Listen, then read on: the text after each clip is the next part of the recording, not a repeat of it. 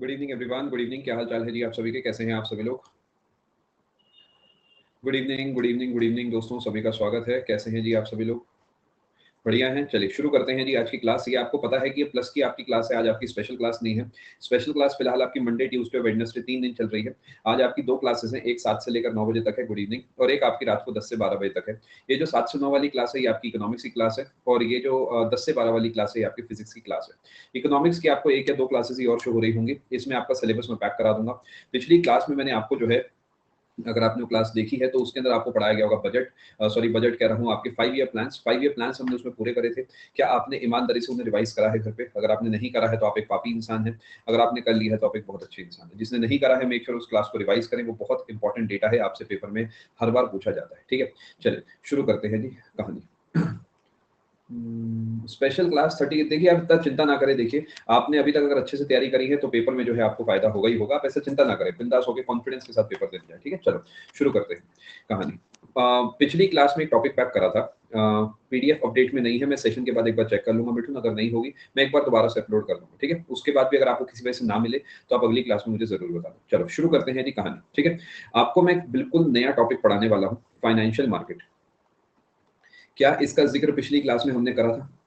Financial market का ये purely एक बैंकिंग का टॉपिक है, बट क्योंकि एसएससी पूछता है तो आपसे आपको ये पढ़ाया जाएगा। मैं आपको कुछ इसके एग्जांपल्स देता हूँ कि यहाँ से क्या क्या चीजें ऐसी हैं जो आपसे पूछी जाती हैं। क्या आपका पेपर सेबी की फुल फॉर्म पूछता है? SEBI।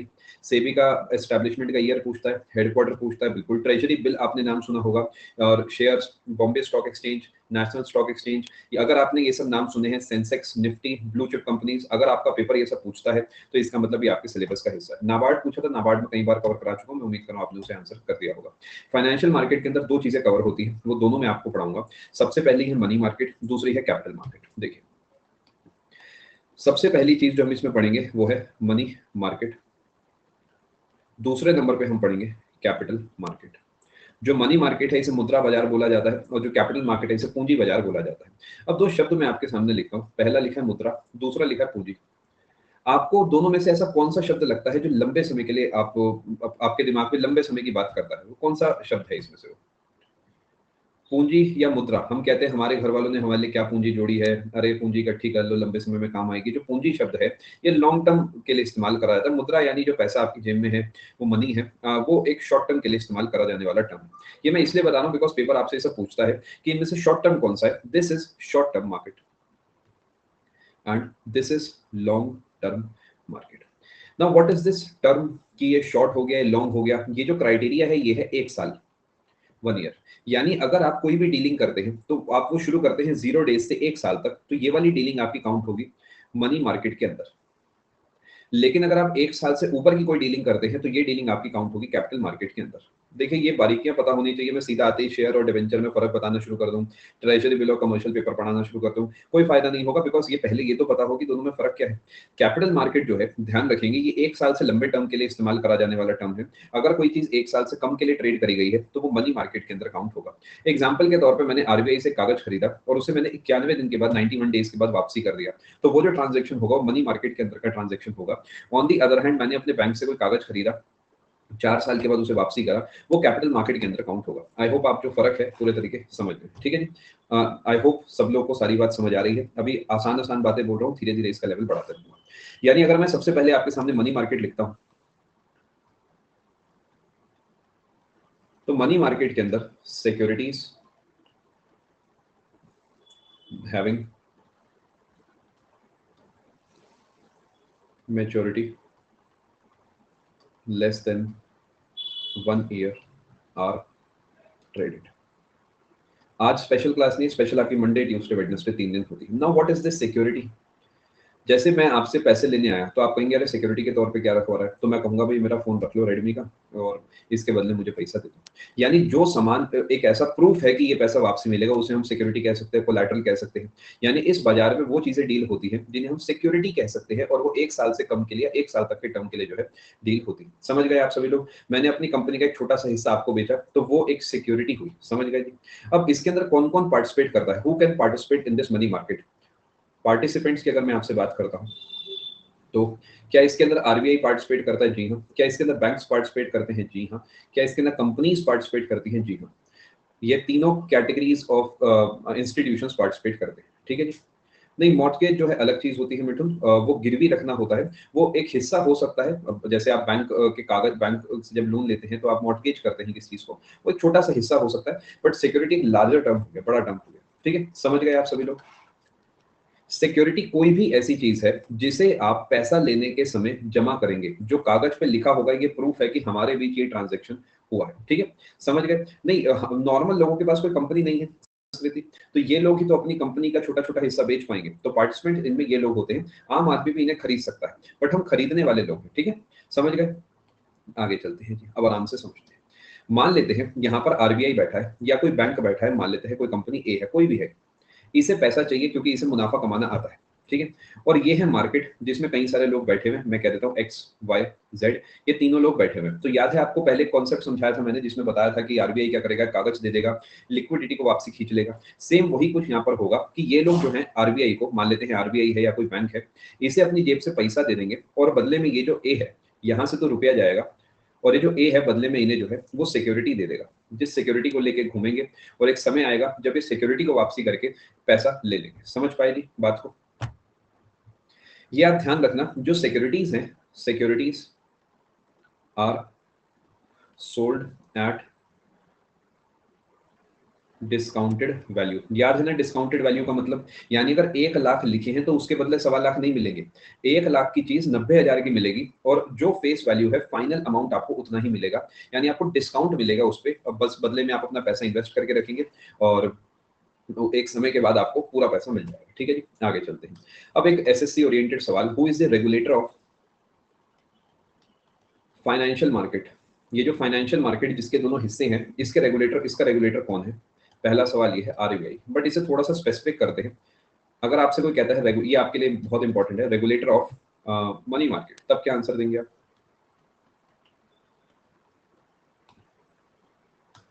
बताएं। इसका आंसर होगा आरबीआई, यही तो फंसे हैं आप। मनी मार्केट का रेगुलेटर आरबीआई होता है। इसी तरीके अगर रेगुलेटर आपसे कोई कहता है कैपिटल मार्केट, तो इसका रेगुलेटर होता है सेबी। ये सेबी क्या है आपको बता दिया जाएगा, this is securities and exchange board of India. इसके बारे में कुछ चीजें बाद में लिखवाई जाएंगी, अभी के लिए आप इसे समझिए,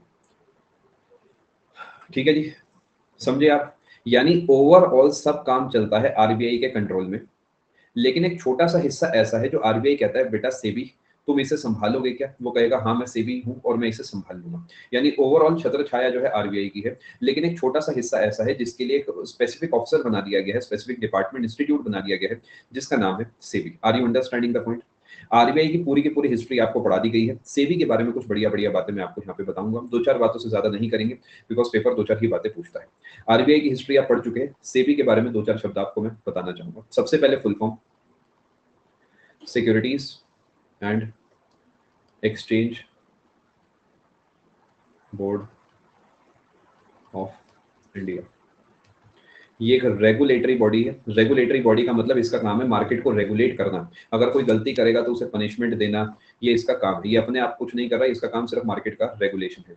बनी है 12 अप्रैल 1990 को, ध्यान रखेंगे, और got statutory power on 30th January 1992 through SEBI act 1992। समझ पा रहे हैं। एक चीज छोटी सी मैंने यहाँ गलत लिखी है, इसे आप 1988 भी कर सकते हैं, लेकिन एक्चुअल में आप इसे कंफ्यूज आप ना हो तो मैं इसके लिए इसे जो है थोड़ा सा, यार मैं इसे स्पेसिफिक होकर आपको बताना चाह रहा हूँ, 1988 ही इसे लिखते हैं, ठीक है। 1988 में बनी थी एक as a non statutory body. Statutory body वो होती है जिसके लिए एक एक्ट इशू होता है अलग से। 1988 में इसे बनाया गया, उस एक रेजोल्यूशन आया गवर्नमेंट ऑफ इंडिया का, जिसके तहत हमने कंपनी बना दी। समझ पाए बात को।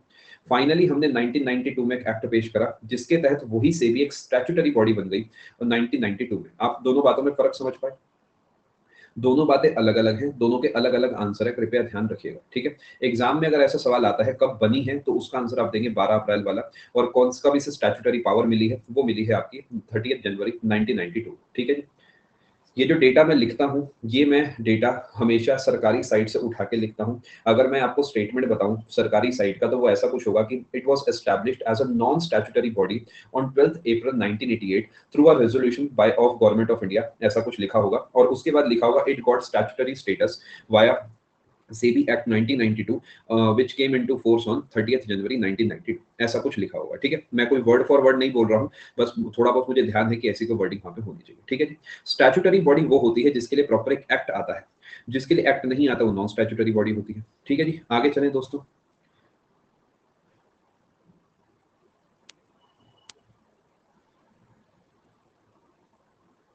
चलो आगे चलते हैं। अब मैं जिस टॉपिक को, जी हाँ बिल्कुल, जिस टॉपिक को मैं आपको पढ़ा रहा हूँ उसकी तरफ हम चलते हैं, वो है मनी मार्केट। याद है आपको मनी मार्केट की अभी हमने बात करी थी? अच्छे से पढ़ के जाइए, जल्दबाजी मत करिए। मेरा मानना है या तो छोड़ के जाओ या अच्छे से पढ़ के जाओ। ऊपर ऊपर से पढ़ना बेवकूफी है। या तो मत पढ़ो, वो भी चलेगा कि कोई बात नहीं, एक क्वेश्चन छोड़ दूंगा, लेकिन अगर समय दे ही रहे हो तो फिर अच्छे से पढ़ के जाओ। इसके अंदर क्या क्या आता है, ध्यान से सुनना। सबसे पहले आपने एक नाम सुना होगा, ट्रेजरी बिल। पहले कुछ नाम मैं आपके सामने लिखना चाहूंगा। सबसे पहले आपको पता होना चाहिए कॉल मनी, नोटिस मनी और टर्म मनी में क्या फर्क है। आपको पता है कि अगर मेरा एक बैंक है, मान लेते हैं मेरा बैंक का नाम एसबीआई है, और मेरी एक ब्रांच है मुरादाबाद में, मान लेते हैं कहीं बर्तन बाजार में, और एक और ब्रांच एसबीआई की है जो कि बरेली में है। तो जब, क्या आपको पता है बैंक्स की ब्रांचेस के बीच में भी ट्रांजैक्शन होता है? कभी एक बैंक की ब्रांच के पास पैसा कम है तो वो दूसरे ब्रांच से ले सकता है। जब एक लिमिट से ज्यादा पैसा हो जाता है बैंक के पास, तो कभी भी बैंक उस ब्रांच में उसे नहीं रखता, उस पैसे को ट्रांसफर कर देता है सिक्योरिटी रीजन से। तो मुझे बताओ, अगर इसे पैसों की जरूरत है और इसके पास ज्यादा पैसा है, तो ये अगर इसे 1 करोड़ दे देता है, तो क्या ये कोई फाइनेंशियल ट्रांजैक्शन होगा मनी मार्केट का? नो। व्हाई? बिकॉज इनका इंटरनल ट्रांजैक्शन है। ये इंट्रा बैंक ट्रांजैक्शन है, इसका किसी से कोई मतलब नहीं है। ये बस आपस में वो बैलेंस कर रहे हैं पेमेंट को।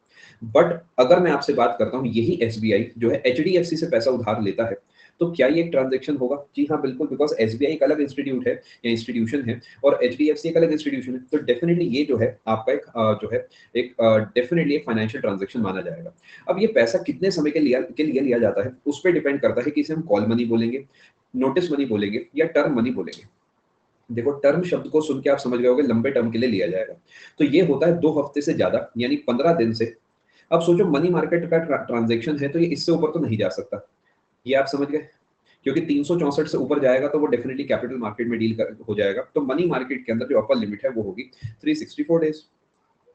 कॉल मनी होता है अप टू 1 डे। 24 घंटे के लिए अगर मुझे आपसे पैसा चाहिए, तो जो है मैं आपको फोन करूंगा, आप कहोगे आजा, कोई दिक्कत की बात नहीं, पैसे पड़े हैं ले जा। लेकिन अगर मुझे 2 दिन से लेकर 2 हफ्तों के बीच के लिए पैसा चाहिए, तो आप मुझे कहोगे यार थोड़ा नोटिस तो देता यार, समय वैसे मंथ एंड चल रहा है, सैलरी आई नहीं है, बड़ी दिक्कत हो रही है, थोड़ा पहले बता देता। तो ये नोटिस मनी हो गया। यानी नोटिस मनी में क्या है, एक सर्टेन अच्छा खासा ड्यूरेशन होता है, जिसे फोर्टनाइट बोलते हैं, जिसके लिए पैसा लिया जाता है। क्या आपको तीनों बातों में फर्क समझ आया? पेपर कैसे पूछेगा? पेपर कहेगा नोटिस मनी इन्वर्टेड कॉमर्स में देगा, in money market means the financial transaction has been done for, और नीचे ऑप्शन देगा up to 1 day, up to 1 fortnight, up to 1 year. इस तरीके के ऑप्शन बनाएगा, और जहां पर भी आपको ये चमके, आपका वो आंसर है। ठीक है, 2 दिन से 14 दिन के बीच। समझ गए जी? अगर ब्रांचेस के बीच में आपस में ट्रांजैक्शन हो रहा है, तो उसका यहाँ से कोई मतलब नहीं है, उनका पर्सनल मैटर है। अब कुछ और शब्द बताना चाहूंगा। सबसे पहले call money, notice money, term money आपको समझ आ गया है। अब मैं आपको बताता हूँ ट्रेजरी बिल क्या होते हैं। ट्रेजरी बिल, इसकी थोड़ी सी बात करते हैं। आपको 3 चीजें पढ़ाई जाएंगी, treasury bill, certificate of deposit या सर्टिफिकेट डिपॉजिट, और कमर्शियल पेपर। क्या आप तैयार हैं दोस्तों? क्या हम इसे कह सकते हैं, ये जो पूरा आप देख रहे हैं अपने सामने, इसे हम कह सकते हैं जी एक इंटर बैंक मार्केट?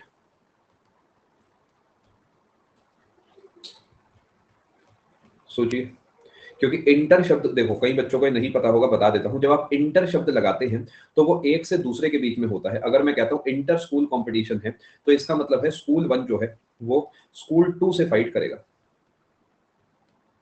लेकिन अगर इंट्रा स्कूल कंपटीशन है, तो एक ही स्कूल होगा, उसी के अंदर के 2 टाइप के बच्चे होंगे, वो आपस में फाइट करेंगे। फर्क आप समझ गए? इंटर हाउस कंपटीशन में एक हाउस दूसरे हाउस से लड़ता है, और इंट्रा हाउस के अंदर जो है वो आपका एक ही हाउस के अंदर सिलेक्शन होता है। यानी अगर मान लेते हैं मैं एक हाउस को बिलोंग करता हूं, प्रोस्पेरिटी, ठीक है, तो पहले मेरे हाउस में होंगे intra house competition, so that prosperity house का नंबर 1 बच्चा जो है, मान लेते हैं टेबल टेनिस में, निकल के आ जाए। उसके बाद मेरे स्कूल में होगा इंटर हाउस कंपटीशन, जिससे प्रोस्पेरिटी का नंबर 1 और आपका मान लेते पीस का नंबर 1, हार्मनी का नंबर 1 और एक और कोई होगा, उसका नंबर 1 जो है ये आपस में फाइट करेंगे। समझ गए? इंटर और इंट्रा के बीच का फर्क आप समझ गए क्या है? पक्का? चलो जी हाँ, स्कूल के अंदर ही हाउस होते हैं, बिल्कुल आप सही कह रहे हैं। ट्रेजरी बिल की बात थोड़ी सी हम करना चाहेंगे अच्छे से। अच्छा एक बात बताओ, ये पूरे मनी मार्केट की गेम की जरूरत क्या है? Why do we need money market? Treasury bill पढ़ाने से पहले एक सवाल है, why money market is needed? क्या जरूरत है मनी मार्केट की? सप्लाई चेन, अरे वाह भी वाह, बहुत बढ़िया। इसका मतलब आपको इस बारे में तो काफी अच्छा ज्ञान है, बहुत बढ़िया। कोई बात नहीं Tanu. Flow of money maintain करने के लिए, यानी सबसे पहला रीजन लिक्विडिटी है, to maintain the liquidity in the economy, पैसा घूमता रहे, थोड़ा थोड़ा पैसा कमाते रहें।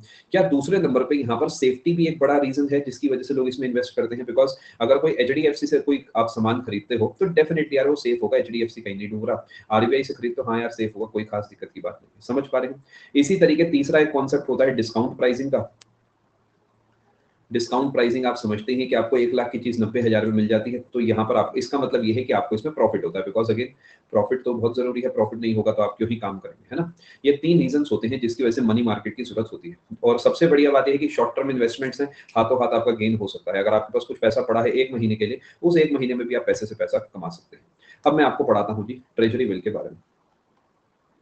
ट्रेजरी बिल्स को ही टी बिल्स बोला जाता है। आपको कहीं पे टी बिल्स पेपर में लिखा दिखे तो they mean treasury bill. Treasury bill क्या होते हैं, कौन इशू करता है, समझा दें। सबसे पहले इशूड बाय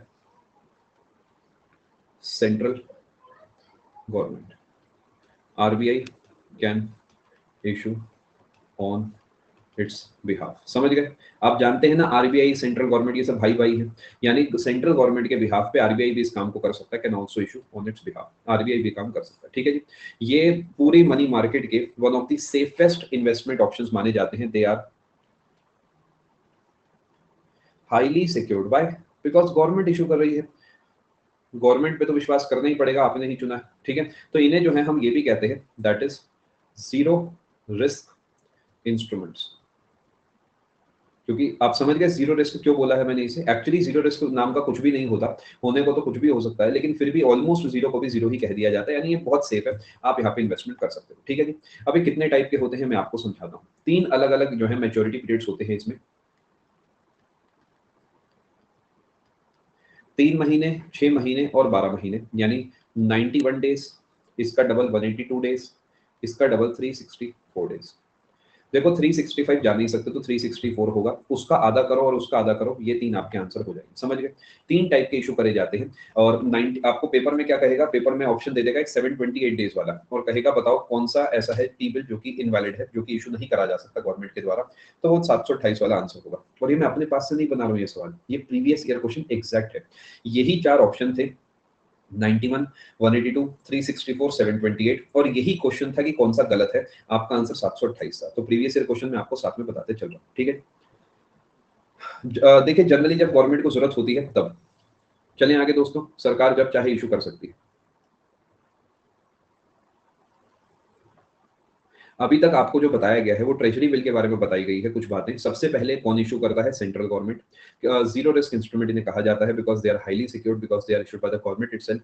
और इसकी मेच्योरिटी पीरियड 3 होती है, 3 महीने, 6 महीने, 12 महीने, लेकिन इसे 3 महीने नहीं बोला जाता, इसे एक्जैक्टली 91 डेज, 182 डेज और आपका जो है 364 डेज बोला जाता है। क्या बात को आप समझ पा रहे हैं?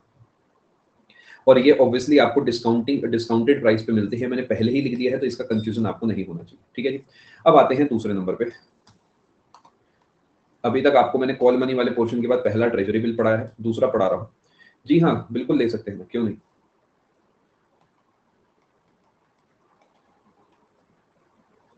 T bill is a kind of government security Kritesh. जैसे मान लो 25,000 का ट्रेजरी बिल बिक रहा है और 10% ऑफ है, मान लेते हैं 1 साल वाले पे, तो आपको वो जो है 25,000 में से 2500 रुपए घटा के यानी 22,500 रुपए मिल जाएगा। बदले में कंडीशन ये होगी जब आपने खरीदा है उससे 1 साल बाद यानी 364 दिन के बाद आपको पूरे 25,000 मिलेंगे, ये कंडीशन है। सर्टिफिकेट ऑफ डिपॉजिट, ये क्या चीज है जी, इसकी बात कर लेते हैं। इसे कौन इशू करता है, issued by financial to maintain the liquidity in the market awake, because सरकार को ना पैसा चाहिए होता है, क्योंकि सरकार पैसे से कमाना जानती है। लोगों के पास फालतू पैसा होता है, जैसे जो सैलरीड लोग हैं उनके पास मान लेते हैं 25-30 हजार रुपए खाते में पड़े हैं, तो लोगों को भी प्रॉफिट मिलता है और सरकार जो है उससे अपना मुनाफा कमाती है। इतना नहीं पड़ेगा शांतनु, वो आप सही फिशर इफेक्ट वाली बात कर रहे हैं, बट एफडी से बेटर है। एफडी में तो बहुत ही कम होता है। इशूड बाय फाइनेंशियल इंस्टीट्यूशंस और बैंक्स। अब एक बढ़िया बात बताता हूँ, यहाँ पर आरआरबीज जो हैं या लोकल एरिया बैंक्स, जो छोटे बैंक्स होते हैं वो इशू नहीं कर सकते इसे। जनरली यहाँ पर जो शेड्यूल्ड कमर्शियल बैंक्स हैं जैसे एचडीएफसी, एसबीआई, ये वो जितने भी बड़े बैंक्स आपने सुने हैं वो इसे इशू कर सकते हैं। समझ गए जी? कोई भी इसे खरीद सकता है। एक क्वेश्चन की क्या डिस्काउंटेड रेट को ही बोलते हैं ना इंटरेस्ट पे, समझा नहीं बेटा। आप एक बार अपना डाउट थोड़ा सा क्लियरली लिख के क्वेश्चन टैब में भेजो, बाद में डिस्कस करूंगा एंड में। क्या आप इस पेज को समझ पाए हैं जो मैंने आपके लिए लिखा है दोस्तों, या नहीं समझ पाए हैं? ये टॉपिक थोड़ा सा भारी है, बट अगर आप फोकस करेंगे तो डेफिनेटली आपको समझ आएगा। अच्छा, what is the benefit of buying a certificate of deposit when I have the treasury bill? अगर मैं ट्रेजरी बिल खरीद सकता हूं तो मैं इसे क्यों खरीदूंगा?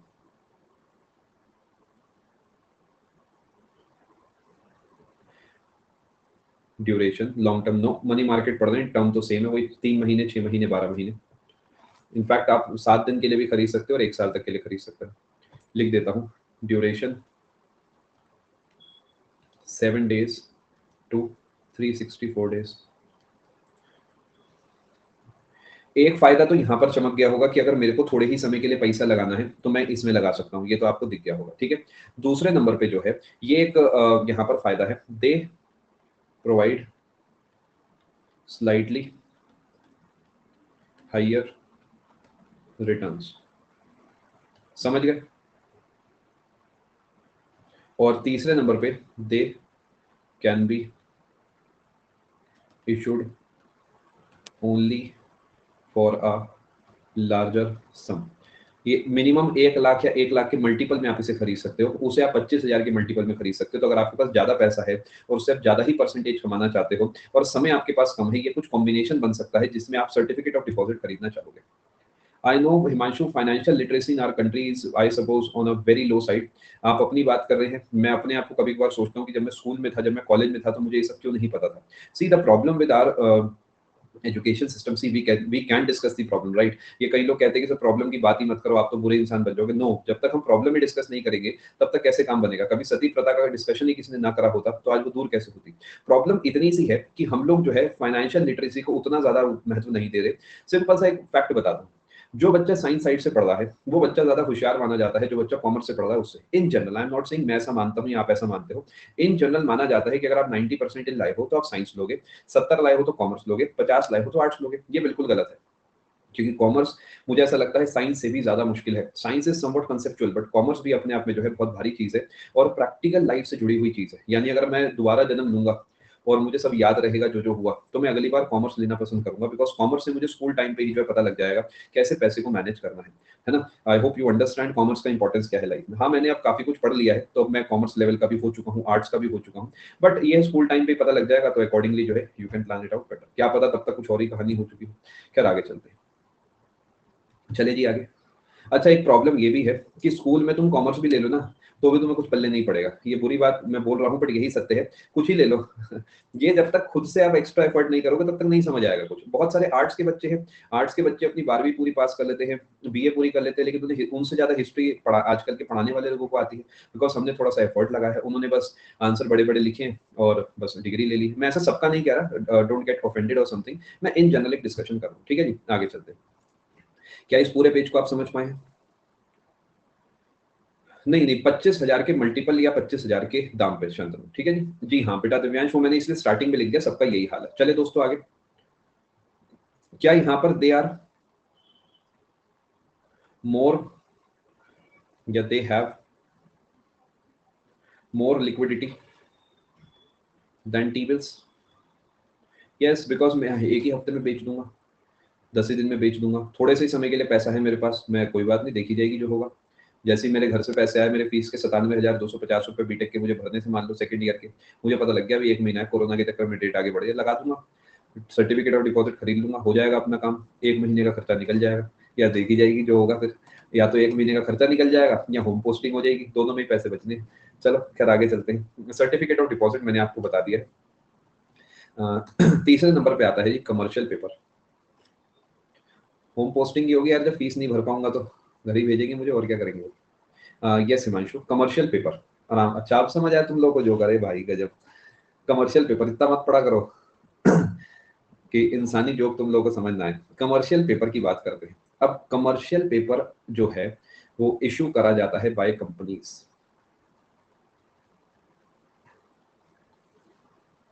अब सोचो अगर मैं टाटा की कंपनी का हिस्सा खरीदता हूं और एचडीएफसी का हिस्सा खरीदता हूं और आरबीआई या सरकार के नाम का हिस्सा खरीदता हूं, तो क्या सबसे सेफ सरकार वाला हिस्सा है, बिकॉज वो सरकार है। उससे कम सेफ एचडीएफसी वाला है, लेकिन वो भी ऑलमोस्ट 100% सेफ है। बट क्या टाटा या कोई सी भी कंपनी ले लो, क्या कोई भी कह सकता है वो 100% सेफ है? Answer is no. यानी कमर्शियल पेपर जो है they are relatively unsecured. Relatively शब्द क्यों लिखा है आपको पता लग गया होगा। नहीं, शेयर वेयर सब अलग चीजें हैं, वो सब हम कैपिटल मार्केट में पढ़ेंगे। इसे कमर्शियल पेपर ही बोला जाता है, रिलेटिवली अनसिक्योर।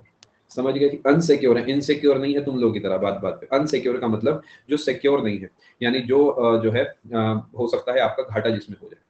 सब समझाऊंगा संस्कृति, उसके लिए मुझे शेयर भी पढ़ाने पड़ेंगे ना।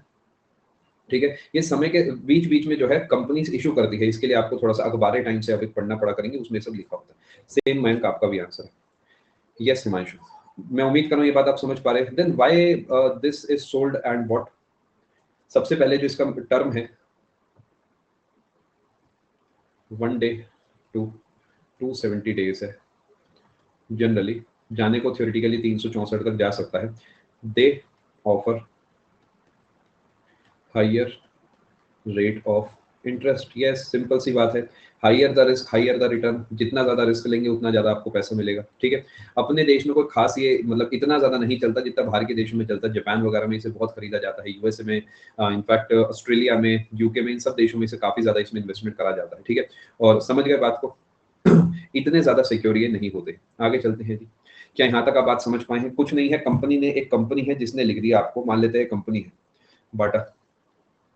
बाटा ने लिख दिया आपके लिए कि मैं धारक को कुछ समय के बाद जो है आपको मैं 1 लाख रुपए दूंगा, और ये कागज जो है आपको भी मिलेगा। वैसे मान लेते, ये वैसे तो मिनिमम 5 लाख का चलता है, 5 लाख या 5 लाख का मल्टीपल, ये कागज आपको 4 लाख का मिलेगा।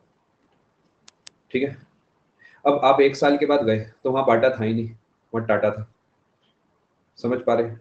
अब आप कह रहे यार ये क्या हो गया, तो उसने कहा जी हमें तो नहीं पता है, तो हमने खरीद लिया। बाटा वाटा तो एग्जिस्ट ही नहीं करता इस दुनिया में, और जो घर पे पड़ा वो टाटा था, वो एक अलग बात है, वो आपका पर्सनल प्रॉब्लम है, उसकी बात हम नहीं करेंगे। ठीक है, यानी अब क्योंकि बाटा एक कंपनी है जो कि obviously it is at risk, है ना, तो वहां पर क्या होगा कि आप इसे नहीं खरीदोगे तो आपके लिए अच्छा रहेगा, बट क्योंकि आपको मुनाफा दिखता है तो आप इसे खरीद भी सकते हैं। ठीक है जी, ये कॉन्सेप्ट है पूरा पूरा। चलें आगे। चिट फंड एक पूरे तरीके अलग चीज है। मतलब देखिए बहुत सारे ऐसे शब्द हैं जिनका कॉमनली इस्तेमाल करा जाता है इंटरचेंजेबली, लेकिन सब चीज अलग अलग है। ठीक है जी, नहीं नहीं नहीं, अब एक ऐसा नहीं होगा जब तक कंपनी का जो मेन शेयर होल्डर है वो वहां पर है, जब तक कंपनी का मैनेजमेंट है तब तक जो है कहीं नहीं जा रही कंपनी। ये तो देखिए थ्योरेटिकली मुझे सब कुछ बताना पड़ता है, प्रैक्टिकली बाटा कहीं नहीं जा रही है आपके 5 लाख रुपए लेके, टाटा कहीं नहीं जा रही है आपके 10 लाख रुपए लेके, लेकिन बिकॉज वो इतना हर मिनट कमाते हैं, हो सकता है हर मिनट से पहले ही कमा लेते हो, है ना। तो ये तो सिर्फ थ्योरी है जो पढ़ाना मेरी जिम्मेदारी है। क्या आप बात को समझ गए? तीनों में फर्क क्या है मैं आपको एक बार डिक्टेट कर देता हूं। जो आपके ट्रेजरी बिल है वो 91 डे, 182 डे, 364 डे के लिए इशू करे जाते हैं गवर्नमेंट के द्वारा। आरबीआई भी कर सकता है गवर्नमेंट के बिहाफ पे। सर्टिफिकेट ऑफ डिपॉजिट बैंक्स के द्वारा या फाइनेंशियल इंस्टीट्यूशंस के द्वारा इशू करे जा सकते हैं, और वो 1 साल तक का टर्म उसका होता है, जनरली 7 दिन से लेकर 364 डेज। तीसरे नंबर पे कमर्शियल पेपर आते हैं जो कि कंपनीज के द्वारा इशू होते हैं, जो कि रिलेटिवली थोड़े से अनसिक्योर हैं। ये 1 दिन से लेकर जनरली 270 डे तक डील करे जाते हैं, थ्योरेटिकली 364 तक भी जा सकते हैं। और ये जो है ये भी डिस्काउंट पे ही इशू करे जाते हैं बाकी दोनों की तरह। फायदा ये है खरीदने का कि रेट ऑफ इंटरेस्ट ज्यादा है, कमाई ज्यादा है। नुकसान ये है कि अनसिक्योर है। ठीक है, बेस्ट कौन सा है? देखिए मार्केट में बेस्ट कुछ भी नहीं होता, इट डिपेंड्स कि आप कितना रिस्क ले सकते हैं। अगर आपको रिस्क ज्यादा लेना है तो कमर्शियल पेपर बेस्ट है, अगर आपको सेफ खेलना है तो आपका ट्रेजरी बिल बेस्ट है। मतलब इट डिपेंड्स कि आपको क्या पसंद है। देखिए होता क्या है, certain amount of money should be in your bank that should be 100% secure. मतलब मैं आपको थोड़ा सा सिखा देता हूँ जीवन कैसे चलता है। आप जब कमाएंगे तो उसका सर्टेन परसेंटेज आप सेव करने लग जाना। जब आप कमाना शुरू करोगे तो क्या करोगे, 2-3 महीने के बाद आपको पता लग जाएगा कि आपकी सैलरी में आपका खर्चा क्या है। आप अपना महीने का खुद का खर्चा बांध देना। एग्जाम्पल के तौर पर अगर आप अकेले रहते हैं तो 20,000 के अंदर अंदर आप बहुत आराम से सिमट जाएंगे, आप कितना ही बढ़िया खाना खा लो। अगर आप फैमिली के साथ रहते हो तो फैमिली के साइज पे डिपेंड करता है, फिर भी आप 30, 40, 50 के अंदर निपट जाएंगे। जो बचा हुआ पैसा है उसे आप सेव करने की आदत डालना। जब वो 2-3 साल तक जुड़ जुड़ के इतना हो जाएगा कि हाँ, एक कंसिडरेबल अमाउंट वहां से आ रहा है कि मान लेते हैं आपके घर का बिजली का बिल या आपके घर का राशन या आपके घर का ए बी सी कुछ भी वहां से भरा जा सकता है, तब थोड़ा सा खुश होना। अभी गाड़ी मत खरीदना, ये नहीं पहली सैलरी है बुलेट ले, बेवकूफी, ठीक है, कोई समझदारी नहीं है। ऐसी चीज खरीदो जो 2 लाख की जगह 2.5 लाख की हो, वो नहीं जो 2 लाख की जगह 2 लाख की खरीदी 1 लाख की रह गई। डेफिनेटली जो नीडेड चीजें हैं, जो नेसेसिटीज हैं, वो आप पहले खरीदना। जैसे घर के लिए एक्वागार्ड है या घर के फर्नीचर है, जो भी आपके घर पे कम है वो आपको जो खरीदना खरीदे। बट लंबे समय में जो है वो चीजें खरीदे जो आपके पैसे को घटने नहीं देगी, बढ़ने देगी। ठीक है जी, समझ पा रहे हैं बात को? 3,000 में हो जाते तो बहुत अच्छी बात है। हिमांशु, ये जितनी चीजें हैं सब अखबारों में आती हैं, हम लोग अखबारें नहीं पढ़ते उस तरीके, इस वजह से हमें पता नहीं लगता। आप आरबीआई की साइट से भी इनके बारे में पढ़ सकते हैं, बीच बीच में इशू होते रहते हैं। ठीक है जी, क्या यहाँ तक आप समझ गए? अरे नहीं दिव्यांशी, घर में सबको नॉलेज होती है। आपके जो घर में मम्मी पापा दादा दादी है, वो उन्हें मुझसे ज्यादा ही पता होगा। दादा दादी हो सकता है ज्यादा कंजूस हो जाए, वो एक एज के बाद दादा दादी कुछ अलग ही लेवल के कंजूस हो जाते हैं, लेकिन मम्मी पापा से सजेशन लोगे तो सही रहेगा मेरे हिसाब से। चलो, लेकिन ये याद रखना, जो बुजुर्ग होते हैं उनके जो वन लाइनर्स होते हैं वो जीवन में हमेशा बांध के रखना, क्योंकि वो आपको जीवन जीने का तरीका सिखाते हैं। स्पेसिफिकली वन लाइनर्स, वो कभी कभार बातों बातों में वो एक लाइन कह जाते हैं, तो वो लाइन जो है ना उनके पूरे जीवन के तजुर्बे से जुड़ी होती है, तो उसे अपने साथ आप जरूर बांध के रखें। खैर आगे चलते हैं। ठीक है दोस्तों, यहाँ तक आप समझ गए? अब मैं आपको कुछ और चीजें पढ़ाऊंगा, लेकिन एक छोटा सा मैं आपको ब्रेक के तौर पे जो है मैं एक दूसरा कॉन्सेप्ट पढ़ा देता हूं। या चलो एक काम करते हैं, कैपिटल मार्केट ही पढ़ते हैं बिंदास।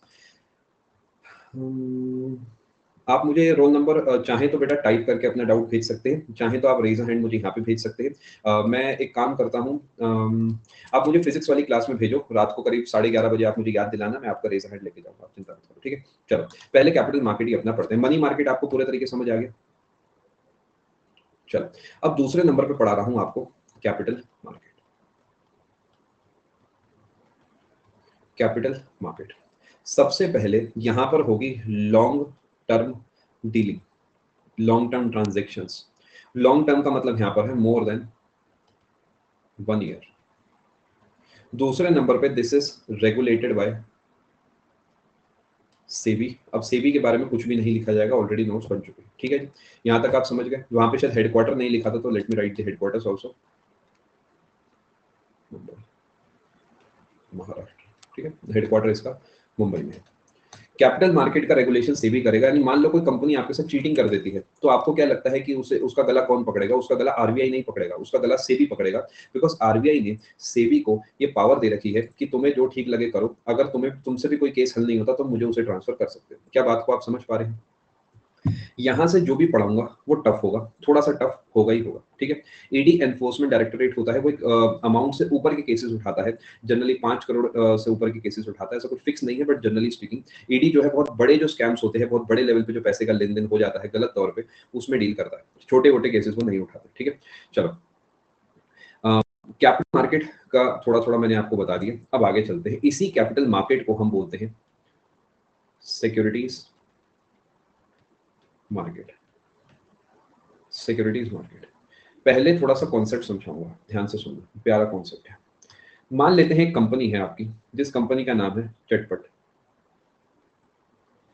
अब इस कंपनी को आपने शुरू करा था, आपने 1 लाख रुपए अपने घर वालों से लिए और आपने इस कंपनी को शुरू कर दिया। आपने बड़ी मेहनत करी, दिन रात आपने बहुत मेहनत करी। आज आपने अपनी कंपनी को ऐसा बना दिया है कि आप इस कंपनी से जो है 10,000 रुपये महीना कमा सकते हैं। और साथ में जो आपके 1 लाख रुपए हैं, इस ये एसेट बढ़ते बढ़ते आपके 3 लाख रुपए का हो चुका है, क्योंकि आपने अपना उसमें समय दिया है, इन्वेस्टमेंट दिया है ना, एफर्ट लगाया, ह्यूमन रिसोर्स उसके अंदर दिया है। अब आपने और मेरे से पैसा लिया, इधर उधर से पैसा लिया और कंपनी को आप बड़ा करते गए। अब एक टाइम ऐसा आ गया जब कंपनी की वैल्यू 30 लाख रुपए हो गई और अब आप 1 लाख रुपए महीना कमाना शुरू हो गए। इसमें और इसमें पता है क्या फर्क होगा? ये जो 30 लाख रुपए वाली कंपनी आप बना चुके हैं, इसमें आपके पास है बहुत ही सारा एक्सपीरियंस। यानी अब आपको पता है कि इस 1 लाख रुपए महीने की इनकम को 4 लाख रुपए महीने की इनकम कैसे करें, बिकॉज अब तक आप मार्केट को पूरे तरीके छान चुके हैं। अब आपको पता है लोगों को क्या पसंद है क्या नहीं पसंद है, you already know what to make. But the problem is how to make, you do not have the cash. आपको पता है कि मैं एक काम करता हूँ, मैं मान लेते हैं ये बॉटल बनाता हूँ, ये 30 लाख रुपए की फैक्ट्री है जो हर महीने ये वाली बॉटल्स बनाती है। मुझे बहुत अच्छे से पता है कि एक दूसरे टाइप की बॉटल अगर मैं और बना लूँ इसके साथ, तो वो भी मार्केट में जरूर बिकेगी, 100% बिकेगी। बट उसके बनाने के लिए क्या मुझे इसकी फैक्ट्री बंद करनी होगी, क्योंकि मेरे पास तो पैसा ही नहीं है। अब मैं क्या करूंगा, मैं दिमाग लगाऊंगा, मैं अपने दोस्तों के पास जाऊंगा, उनसे थोड़ा बहुत पैसा मांगूंगा। बट क्या दोस्त आजकल इतने अच्छे हैं जो पैसा दे दे? नहीं, कोई भी इतना अच्छा नहीं है। जब तक आप उसे वादा नहीं करेंगे तब तक आपको कोई पैसा देगा नहीं। और वादा हवा वाला वादा तो हो नहीं सकता, कसमें तो हो नहीं सकती। अठन्नी के चक्कर में आजकल लोग कसम तोड़ देते हैं। तो ऐसा कौन सा वादा हो कि जिससे वो आपकी बात से कन्विंस हो जाए? मैं आपको बताता हूँ। अगर आप कहते हैं कि मेरी कंपनी जो है 30 लाख रुपए की है, और मुझे ऐसा लगता है कि ये कंपनी जो है आज से 5 साल के बाद ये कंपनी 1 करोड़ की हो जाएगी, मुझे ऐसा लगता है। मैं आपसे आपको एक ऑफर देता हूं कि मेरी कंपनी का 1% हिस्सा ले लो 30 लाख रुपए में, क्या आप खरीदोगे? आप कहोगे अरे यार कौन खरीद रहा है इसे, 1% 30 लाख का मतलब 100% 30 करोड़, ये तो फर्जी है, कोई भी नहीं खरीदेगा। मान लेते हैं मैं आपको एक ऐसी कैलकुलेशन दे देता हूँ कि आप अभी मुझे जो है 10 लाख रुपए दे दो, और बदले में मेरी कंपनी का जो है आपको मिल जाएगा 10%। तो क्या आप इस कंपनी को खरीदोगे, कंपनी का 10% खरीदोगे? आप कहोगे 30 लाख की तेरी कंपनी है, और तेरा 10% 3 लाख ही तो हुआ, मुझसे 4-5 लाख ले ले, 6 लाख ले ले, 8 लाख ले ले। समझ पा रहे? 10 लाख क्यों दूं? करते कराते आपकी मेरी डील क्रैक हो गई 5 लाख पे। मुझे क्या फायदा हुआ अगर ये कंपनी मेरी है?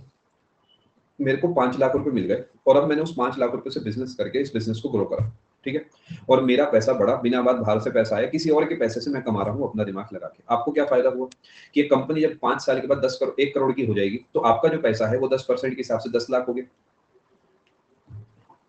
बट एक सवाल है, अगर 30 लाख का 1% निकालता हूं तो कितना होता है वो? 30,000। तो 10% निकालता हूं तो 3 लाख होता है। तो 3 लाख के बदले आपने मुझे 5 लाख क्यों दिए? मैं तो लेना चाह रहा था, आपने मुझे क्यों दिए? Because you had a hope. Hope है तो होप है ना? आपको एक उम्मीद थी कि इसकी कंपनी ग्रो करेगी। बट मैंने ऐसा लालच क्यों करा? मैंने ऐसा लालच इस वजह से करा बिकॉज मैंने आपको एक बात बताई कि भाई तुम तो पैसे देके निकल लोगे घूमने, लेकिन मैं तो मेहनत भी करूंगा ना। यानी मैं जो अपनी लेबर इसके अंदर दे रहा हूँ, उसकी वजह से मैं 2 लाख रुपए आपसे एक्स्ट्रा ले रहा हूँ। अगर आप मेरे पार्टनर बन जाओ तो चलो 3 लाख रुपए में आ जाओ, फिर तुम भी मेरी तरह सुबह जल्दी उठ के हिसाब किताब करना, तकाजों पे जाना। तो आपने कहा नहीं भाई 5 लाख रुपए ले ले, मुझे सिरदर्दी नहीं चाहिए। Are you understanding how market works? अब शार्क टैंक वगैरह टीवी पे आ गए हैं तो काफी इजी हो गया होगा। आज से 3-4 साल पहले जब मैं ये सब पढ़ाता तो बच्चों को बहुत दिक्कत होती थी, बट अब थोड़ा इजी हो गया होगा। लेकिन क्या कोई 100% श्योरिटी दे सकता है कि ये कंपनी 1 करोड़ की हो ही जाएगी? हो सकता है ये कंपनी जो है 1 लाख की रह जाए। क्यों?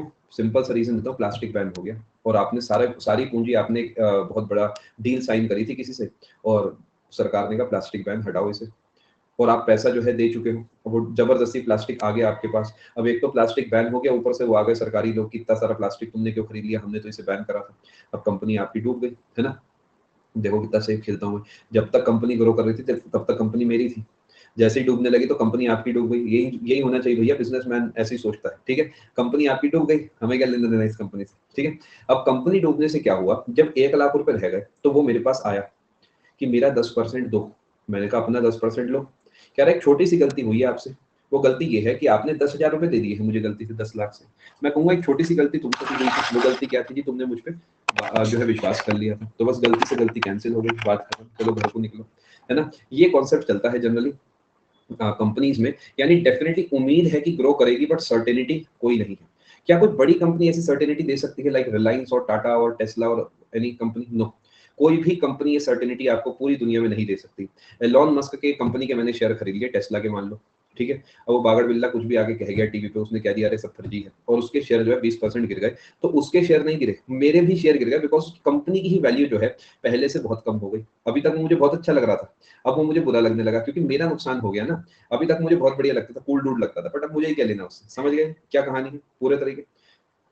समझ गए? ये है आपका जो शेयर्स डिबेंचर्स, ये पूरी कहानियां हैं, ये सारी हैं। अब कुछ सवाल है, वो ये है कि लोन, इक्विटी, शेयर, डिबेंचर, इनमें फर्क क्या है? आप में से कौन कौन ऐसा है जिसे ये सब पता है? नहीं पता तो नो लिखें, पता है तो यस लिखें। यस, शेयर मार्केट भावनाओं पे ही चलती है, एग्जैक्टली। कैलकुलेटेड रिस्क लेते हैं लोग। ठीक है, चलो मैं आपको समझाता हूँ। एक काम करता हूँ, इसे समझाने से पहले ही मैं आपको 1-2 मिनट का ब्रेक दे देता हूँ, क्योंकि उसके बाद मैं एक फ्लो में इसे समझाऊँगा and this would be a bit heavy. तो आपको यहाँ से 2 मिनट का ब्रेक जो है मैं स्टार्ट कर रहा हूँ। आप सेशन में प्लीज़ बने रहें और आपसे मुलाकात होगी 2 मिनट के बाद। आपकी चैट मैंने ऑफ कर दी है। इसके बाद आपको सीधा छुट्टी मिलेगी क्लास खत्म होने पे। तो make sure you take some rest, आप अपने दिमाग को शांत करें और 2 मिनट के अंदर आपसे मुलाकात होती है।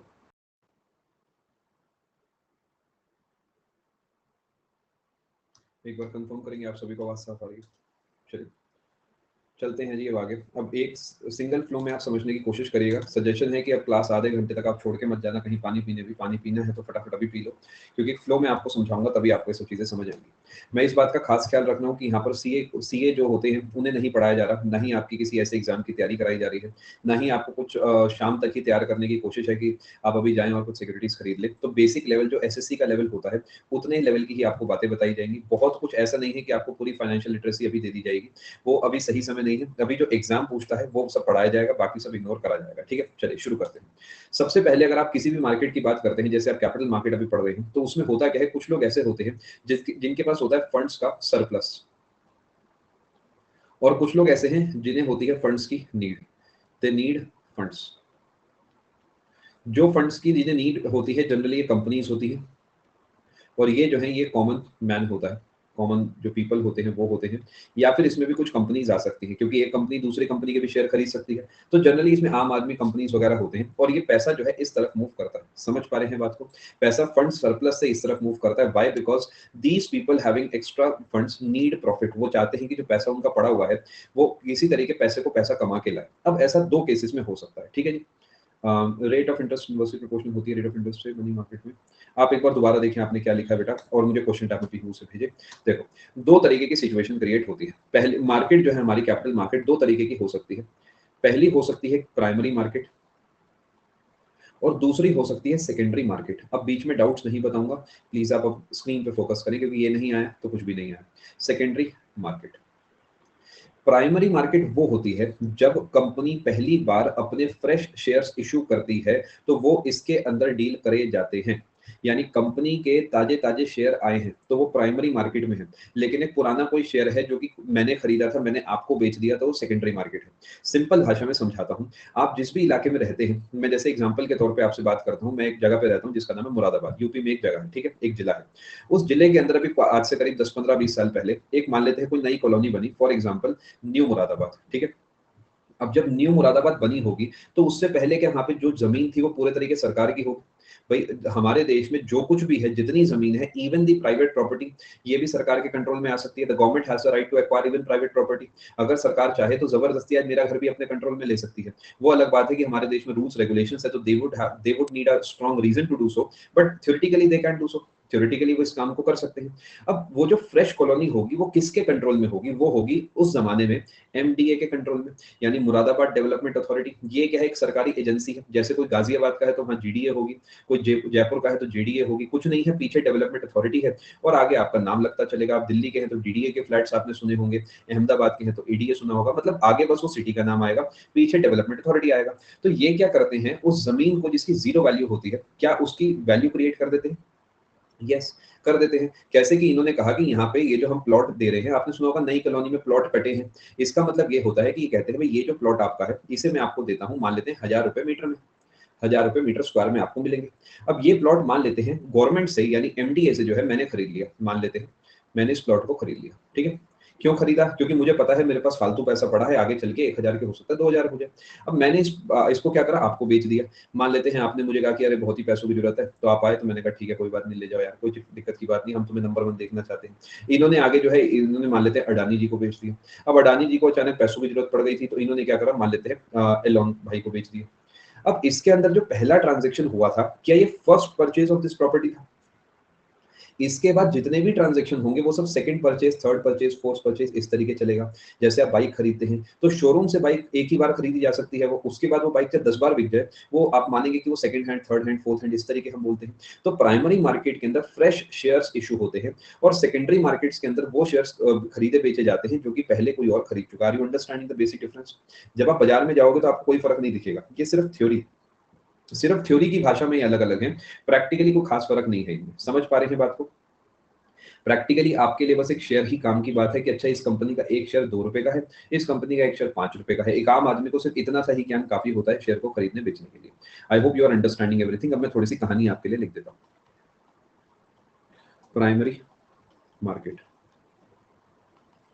it is a new issue market that mainly deals with the issue। जी हाँ, अब जो पढ़ाया जा रहा है वो कैपिटल मार्केट के अंदर है, इशू ऑफ न्यू सिक्योरिटीज। ठीक है, IPOs,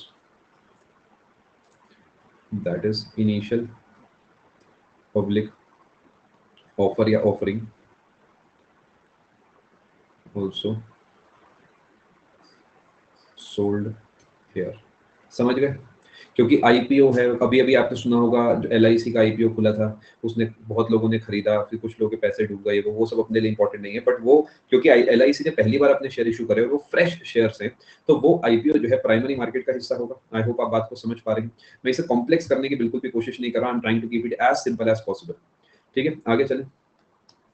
दूसरे नंबर पे आता है जी सेकेंडरी मार्केट। यहाँ पर जो है ट्रेडिंग ऑफ एग्जिस्टिंग सिक्योरिटीज, जो ऑलरेडी मार्केट में है सिक्योरिटीज, टेक्स प्लेस। ठीक है, also known as stock market.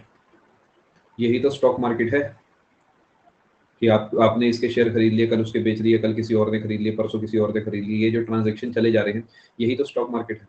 ठीक है, समझ गए जी? क्या थोड़ा थोड़ा आपको फर्क समझ आया? आईपीओ का मतलब आपको समझ आया? अब मैं थोड़ा सा लेवल को बढ़ाना चाहूंगा, आप तैयार रहिएगा, समझने की कोशिश करते हैं जी। अब मैं आपको यहाँ पर जो पढ़ाने वाला हूँ वो पढ़ा रहा हूँ। अगले पेज पे चलते हैं जी। इंस्ट्रूमेंट्स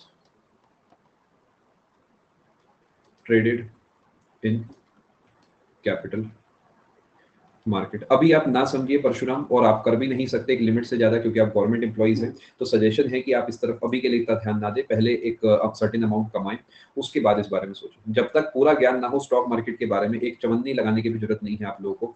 मैक्सिमम लोग 10-20% ज्ञान लेके पहुंच जाते हैं और अपना पैसा डुबा के आ जाते हैं। जब तक आप पूरे तरीके पढ़ने के सक्षम नहीं है तब तक चवन्नी भी नहीं लगानी है। ये जीवन का एक असूल है, बांध लेना अपने साथ।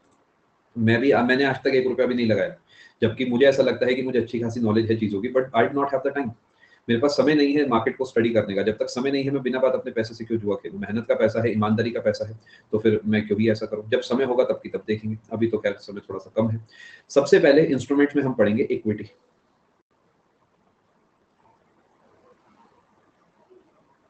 इक्विटी आराम आराम से समझिए, ठीक है। इक्विटी रेफर्स टू, थोड़ा स्लो पढ़ाऊंगा क्योंकि ये थोड़ा सा कंफ्यूज करता है लोगों को। Part of ownership that is held by the shareholders of a company। Share जब आप खरीदते हो, आप शेयर क्या होता है, what is a share? Share का मतलब होता है जैसे आपने केक था, उस केक में से थोड़ा सा हिस्सा आपने उठा लिया, तो that is a share, that is a part, that is a percentage of that particular cake. आप पूरे केक में से एक पेस्ट्री आपने खाई तो आपने कहा जी इसका छठा हिस्सा है, तो 16.67% शेयर है इस केक का। इसी तरीके मान लेते हैं आपने मेरी कंपनी में, मेरी कंपनी की वैल्यू का आपने 10% खरीद लिया, तो मैं कहूंगा जी आपने मेरे कंपनी की इक्विटी खरीद रखी है और आप मेरी कंपनी के शेयर होल्डर हो। तो क्या मैं आपको अपनी कंपनी का एक मालिक भी मान सकता हूं? Answer is a yes. यानी every share holder can be considered as a owner of the company, क्योंकि वो उस कंपनी का कुछ हिस्सा खरीद के बैठा है। समझ पा रहे हैं बात को? यानी आप मेरे कंपनी का कुछ परसेंटेज खरीद लेते हैं, छोटा बड़ा कितना भी, और आप मेरी कंपनी के जो है हिस्सेदार बन जाते हैं। ठीक है जी, समझ पा रहे हैं बात को? अभी थोड़ा सा आगे चलता हूँ, एक छोटा सा डिफरेंस मैं आपको बताना चाहूंगा इक्विटी होल्डर और डेट होल्डर में। मैं आपको समझाता हूं। अगर आप मेरी कंपनी के हिस्सेदार हैं तो क्या आपको गारंटी कोई दे सकता है कि आपको मुनाफा होगा ही होगा? Equity holders get ownership rights. समझ पा रहे हैं? यानी you become the owner of the company. समझ पा रहे हैं जी? आगे चलते हैं। No guarantee that equity holder will earn profit. आप लोग प्लीज इसे नोट करिए, सेशन में बने रहिए। 1 मिनट रुकिए जरा, मैं कुछ चार्जर अपना चेक कर रहा हूँ लैपटॉप का, ऐसा कुछ छोटा सा इशू आ रहा है। आप प्लीज सेशन में बने रहे।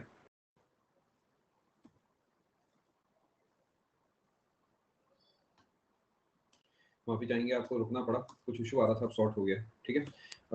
इन point 3 why won't a person would like to have profit जब किसने इनपुट किया है तो उसको प्रॉफिट भी चाहिए होगा ना। In point number 3 1 2 3 I know, but what I wrote is that there is no guarantee that you will get the profit. You don't have the guarantee. He would like definitely, but nobody can guarantee him the profit. ठीक है। अब जैसा कि आपने एक point लिखा, यही मैं आपको समझाने वाला था, बीच में जो है पापी चार्जर दिक्कत कर गया। वो ये है कि अगर मेरे पास मान लेते हैं 1 करोड़ रुपया है और मैं अगर टाटा भाई की कंपनी में पूरा पैसा लगा दूं, क्या टाटा भाई मुझसे बहुत ही खुश होंगे? लेकिन अब एक समस्या है, ये 1 करोड़ जो है, मान लेते हैं इस कंपनी का 1% है। ठीक है, तो कंपनी की वैल्यू 100 करोड़ है। अब मान लेते हैं कंपनी ग्रो करके 150 करोड़ हो गई, तो क्या है मेरा 1 करोड़ 1.5 करोड़ हो गया। अब कंपनी जो मान लेते हैं 90 करोड़ की रह गई, तो ये 0.9 करोड़ हो गया। अब कंपनी 120 करोड़ की हो गई, ये खेलबाजी चले जा रही है। बट एक समस्या है, मैं रोटी कैसे खाऊंगा?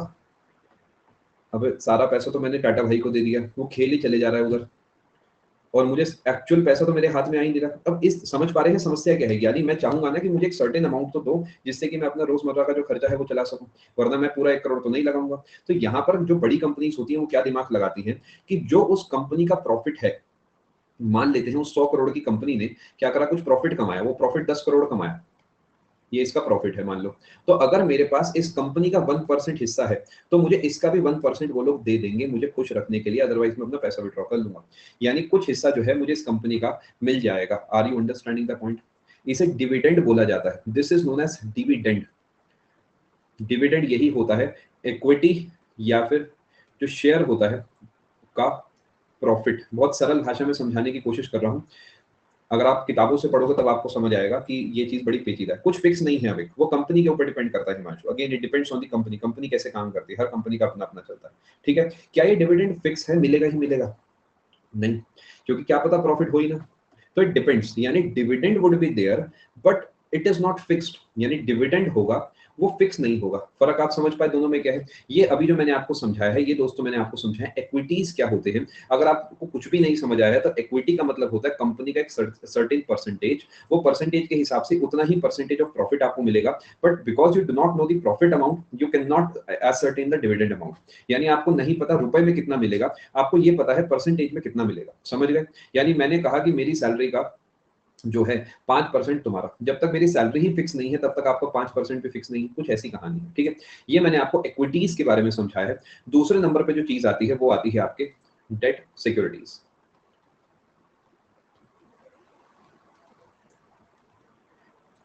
बिल्कुल करेगा आदर्श। ये क्या है? इसे डेप्ट भी बोल सकते हैं, कॉमर्स वाली से डेट बोलते हैं, जो बोलना चाहें वो बोलें, मुझे कोई दिक्कत नहीं है, डेट बोला जाता है वैसे इसे। ये क्या होता है? आपने सुना होगा कर्जा जो है वो ऐसा सही लगता है कुछ सुनने में। ये कर्जा जो शब्द है ये कहता है कि मैं जो है आपके कुछ पैसे मुझे देने हैं, तो मैं एक गड्ढे के अंदर बैठा हूँ और इस गड्ढे से निकलने के लिए मुझे सर्टेन अमाउंट चाहिए होगा। ठीक है, नहीं ऐसा नहीं होता हिमांशु, सब कुछ ट्रांसपेरेंट चलता है।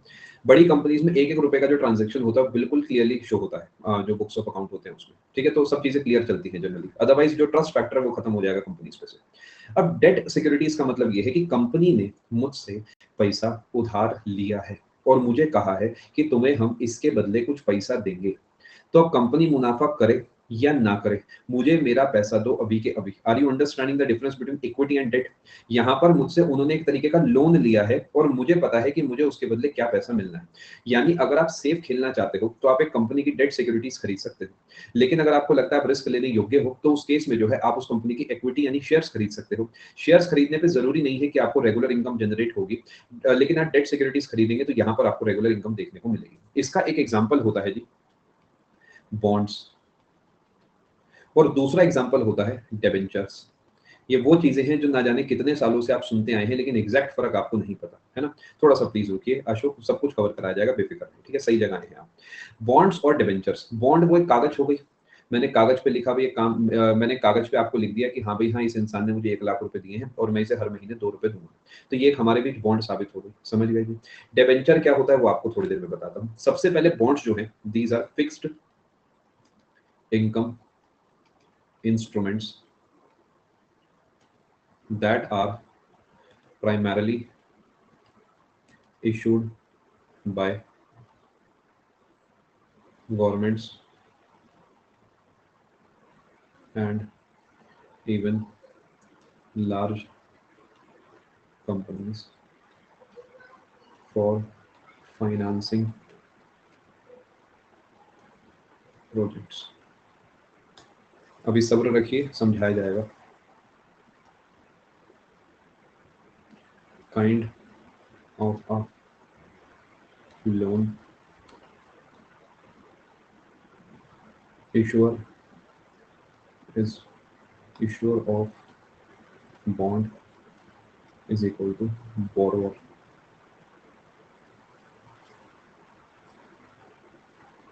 Bonds generally have fixed lock-in periods. पहले आप लिख लीजिए, फिर मैं आपको इसे समझाता हूँ. सरकार को एक बहुत ही बड़ा प्रोजेक्ट जो है लॉन्च करना है, ठीक है, और सरकार को पैसे की जरूरत है बहुत सारी. उसने टी बिल वगैरह सब कुछ इशू करे, सब कुछ करा, लेकिन अभी भी पैसे की कमी है. तो सरकार ने क्या करा, कागज निकाला जिसपे लिखा कि जो भी इंसान आज मुझे 1 रुपया देगा, आज से 2 साल के बाद उसे इसके बदले 1.25 रुपया मिल जाएगा. क्योंकि सरकार ने करा है, आपने कहा चलो ठीक है पैसा लगा देते हैं, कोई दिक्कत की बात नहीं है. इसी तरीके मान लेते हैं रतन टाटा जी या टाटा ग्रुप ऑफ कंपनीज या रिलायंस या अडानी अंबानी, कोई भी मान लो, किसी ने क्या करा है, ऐसा कागज इशू करा और उस कागज पे लिख दिया साफ साफ कि अगर आप मेरे कंपनी में पैसा लगाते हैं, जो भी पैसा आप लगाएंगे उस पर आपको सालाना जो है 10% या 15% या 20% का आपको ब्याज मिलेगा. सबसे पहली बात, आप इस कंपनी में पैसा क्यों लगाएंगे? क्योंकि आपको ज्यादा मुनाफा मिल रहा है. दूसरे नंबर पे, इस कंपनी के अंदर तभी आप पैसा लगाएंगे जब कंपनी के बारे में आपने सुना होगा, ये कंपनी बहुत पुरानी होगी, टिकी हुई होगी, ट्रस्टवर्दी होगी.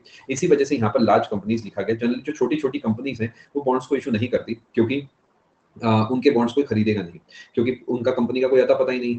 समझ गए इस पूरे पेज पे क्या लिखा हो? तो एक तरीके का लोन है. अब मान लेते हैं सरकार ने बॉन्ड्स को इशू करा, तो क्या सरकार ने मुझसे पैसा उधार लिया? तो सरकार ही तो बोरोवर हुआ. एक बार सोच के देखो, मुझे पता है ये पॉइंट आप लोगों को कंफ्यूज करेगा, इसी वजह से मैंने स्पेसिफिकली मेंशन करा है कि जो बॉन्ड को इशू करता है वही पैसा ले रहा है ना, क्योंकि वो कागज देता है. He issues that paper and he borrows the money.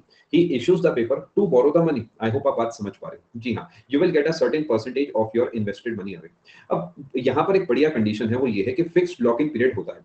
जैसे कि मान लेते हैं आप बैंक गए, आपने एफडी कराई, तो वहां पे एक लॉगिन पीरियड होता है जिससे पहले आप पैसा नहीं निकाल सकते. और यहाँ बैंक आजकल क्या सहूलियत देने के लिए कहते हैं चलो कोई बात नहीं, पैसा निकाल लेना, थोड़ा सा पेनल्टी पड़ेगा. बट यहाँ पर कई जगह बहुत रिजिड होते हैं जो कॉन्ट्रैक्ट्स होते हैं, यानी आपको क्लियरली कह दिया गया है कि आप जो है 2 साल से पहले पैसा नहीं निकाल सकते.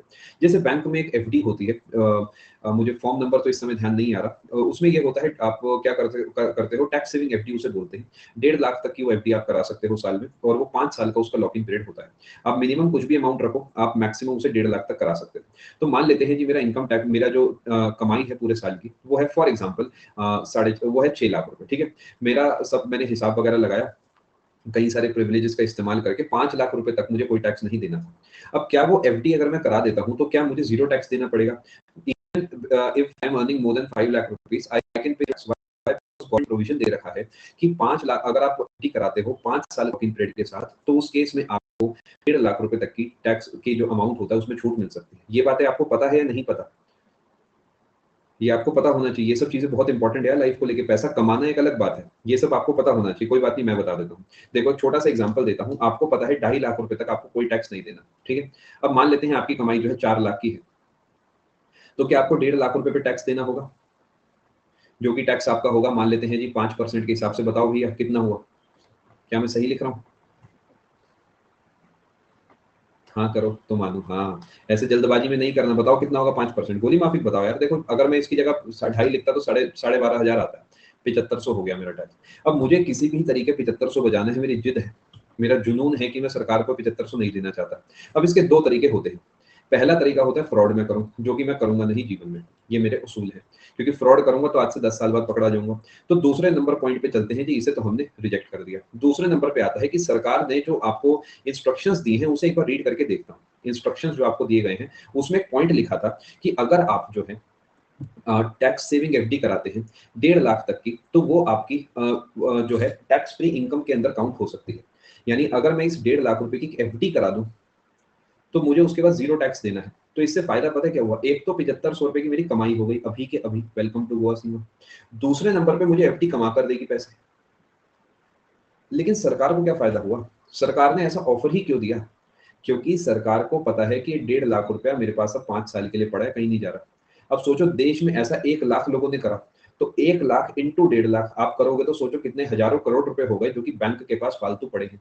और उससे क्या होगा कि वो आराम से बैंक उसे आगे इन्वेस्ट करेगा और सब लोग पैसा कमाएंगे। यानी ये सिचुएशन विन विन सिचुएशन है। I will also earn the money, they will also earn the money. तो मेरे भले ही 7500 बचे, बट सरकार ने इस 5 साल के अंदर इस 1.5 लाख से 7500 से काफी ज्यादा कमा ली।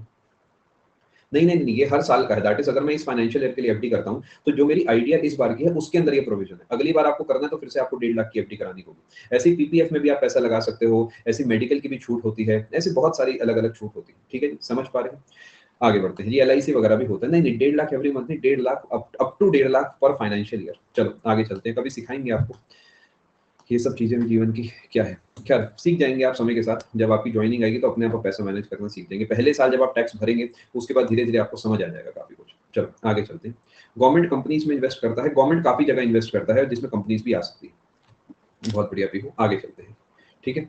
नहीं मेरे भाई, हर साल एफडी नहीं करानी होगी। This is one of the things जो मैंने आपको बताया, और ऐसा बहुत कुछ होता है। और सरकार को टैक्स दे देना सरकार का हक है। एक चीज बता दूं, जो गवर्नमेंट एम्प्लॉइज होते हैं वो अपना टैक्स नहीं बचा सकते।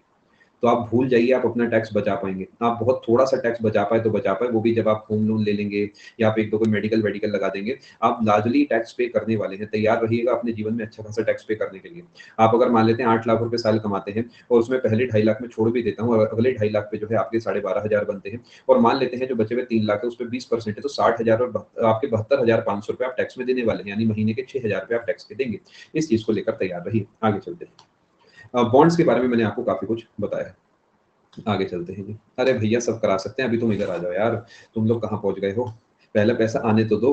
सरकार को ना देने के चक्कर में कमाने नहीं कमाऊंगा ये ठान लिया है क्या? पहले इधर फोकस करो। मैंने आपको जो है बॉन्ड्स के बारे में बता दिया है। दूसरे नंबर पे अब जो मैं आपको पढ़ाने वाला हूँ वो है debentures. What is this debentures? पहले आपके लिए इसे लिख देता हूँ। Unsecured investment options because they are not backed by collateral। अभी समझाऊंगा, चिंता मत करो। The lending is based on mutual trust। बस इतना मेरे सबसे काफी है। डिबेंचर्स क्या होते हैं जी? ये लिखा है मैंने। एक ऐसा मान लेते हैं आपका कोई दोस्त है जो कि नया नया काम जिसने शुरू करा है, आप उसे पैसा देते हैं, लिखित तौर पे देते हैं, लेकिन उसने क्या करा, छोटी सी चीटिंग कर दी आपके साथ। उसने जो पन्ना था उसमें क्या करा, बॉन्ड की जगह डिबेंचर लिख दिया। अब उसने आपको कहा पढ़ ले। अरे यार क्या पढ़ ले, तू मेरा भाई है, चिंता मत कर। तू पैसा तेरे पास है मेरे पास है, इक्को गल है, कोई दिक्कत की बात नहीं। तू यूज कितना मैं यूज कितना इक्को ही गल है। हमने कहा ओके, इक्को ही गल है तो इक्को ही गल है, बात करेंगे 2 साल के बाद। आपने साइन कर दिया, बिंदास।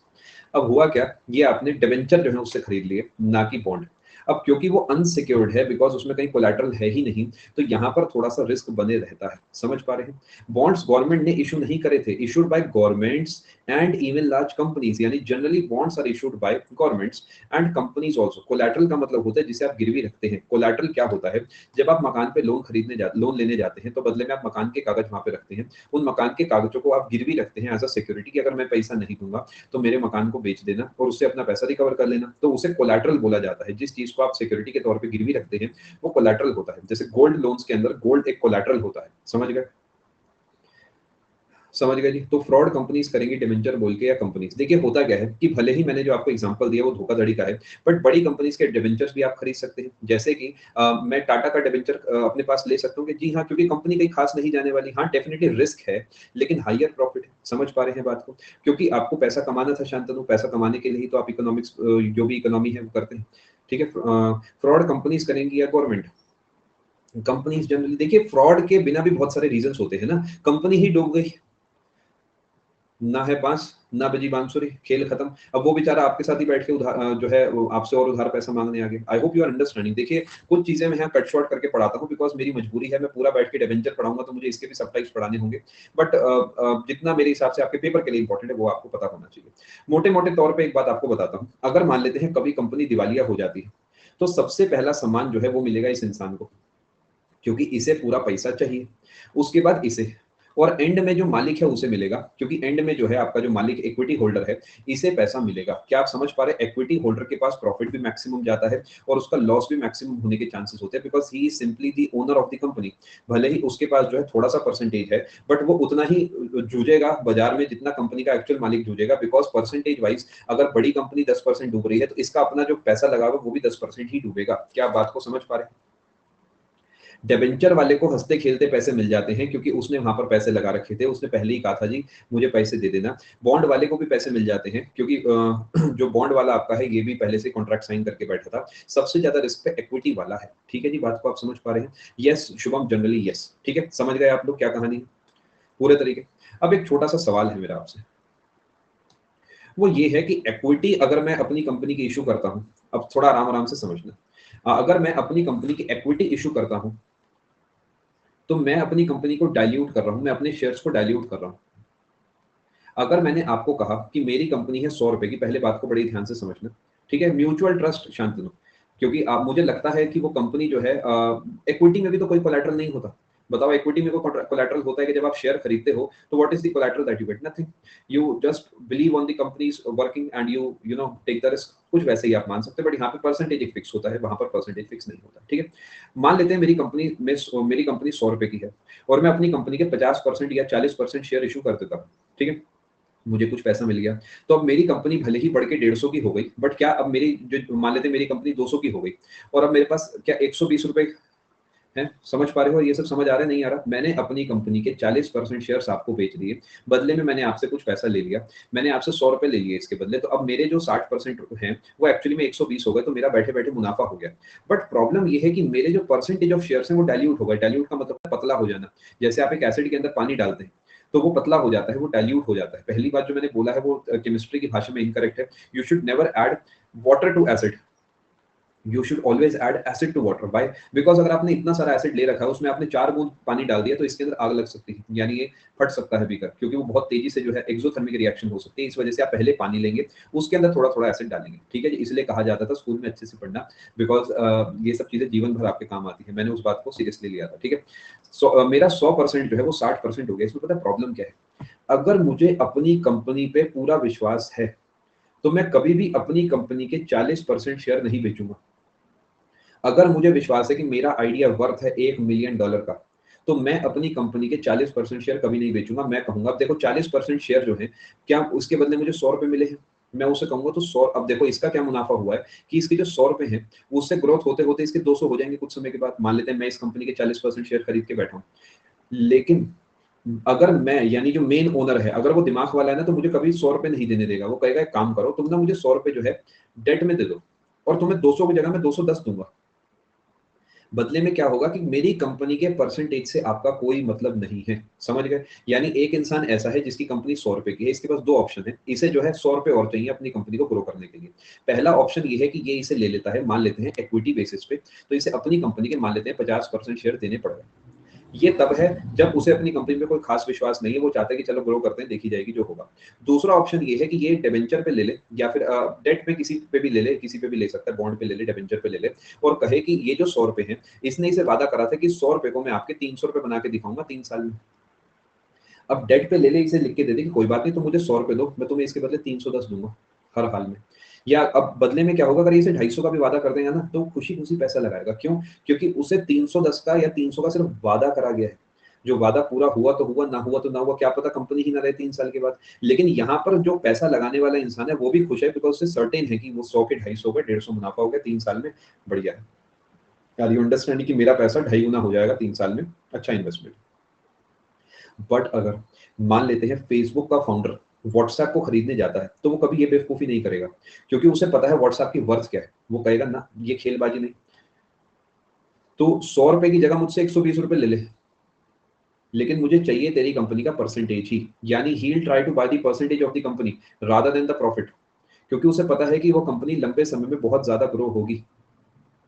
अगर एलॉन मस्क 44 बिलियन, वही एग्जांपल ले लेता हूं जिसे आप अच्छे से समझ पाए, चाहता तो 44 बिलियन का लोन दे देता ट्विटर को और कहता कि इसके बदले मुझे हर साल चाहिए जी 4 बिलियन। समझ के देखो, क्या ट्विटर ग्रो करता बहुत ही बढ़िया से? जी हाँ, क्योंकि उसे 44 बिलियन रुपए मिल गए हैं।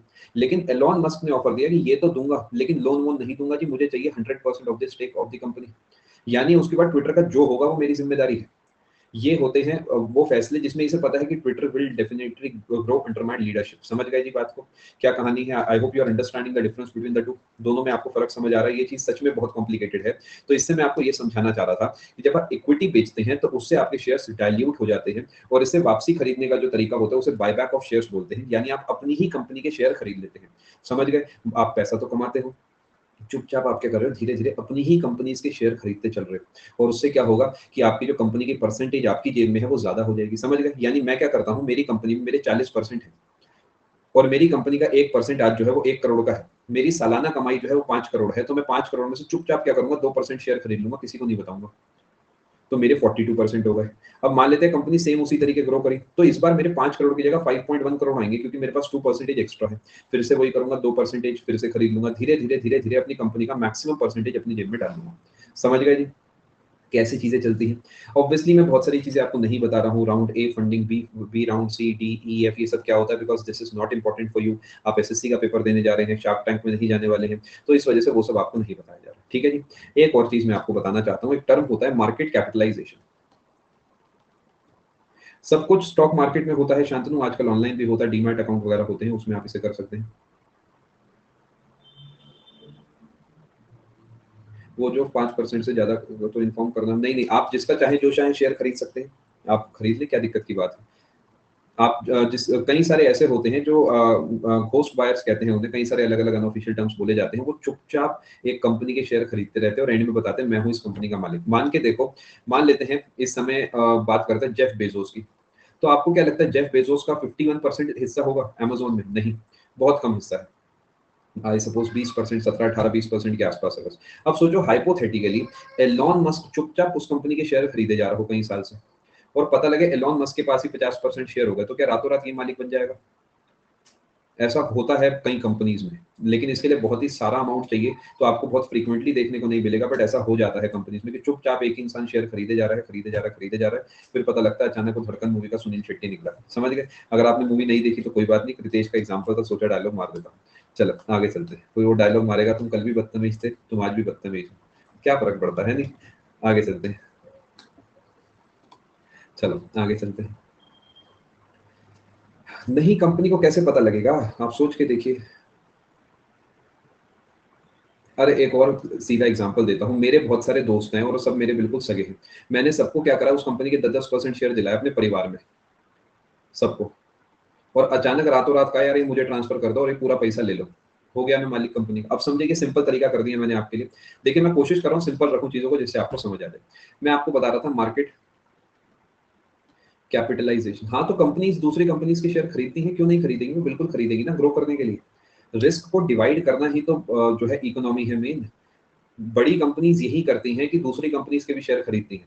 ठीक है? और जरूरी नहीं है वो खरीदेगी ही या नहीं खरीदेगी, अगर उसे लगता है कि उसका 1 रुपया उसकी अपनी कंपनी में ज्यादा मुनाफा दे सकता है तो वो अपनी कंपनी कंपनी में डालेगा, और अगर दूसरी कंपनी में ज्यादा मुनाफा देता है तो उसमें डालेगा। कभी बार तो ओपनली खरीदा जाता है। शार्क टैंक क्या है? यही तो है कि मैं आपकी कंपनी में शेयर खरीदना चाहता हूँ, लो पैसे, यही तो है, और क्या है? ठीक है जी। खैर अब इधर आते हैं जी। मार्केट कैपिटलाइजेशन होता है इशूड शेयर्स, रातों रात ये जो है स्टॉक ब्रोकर ही ना बन जाए, पता लगे सर सुबह सुबह हमने जो है रजिस्टर कर लिया है, अब बस ये सब फालतू बातें, हम जो है जिंदगी ना मिलेगी दोबारा के ऋतिक रोशन बनेंगे।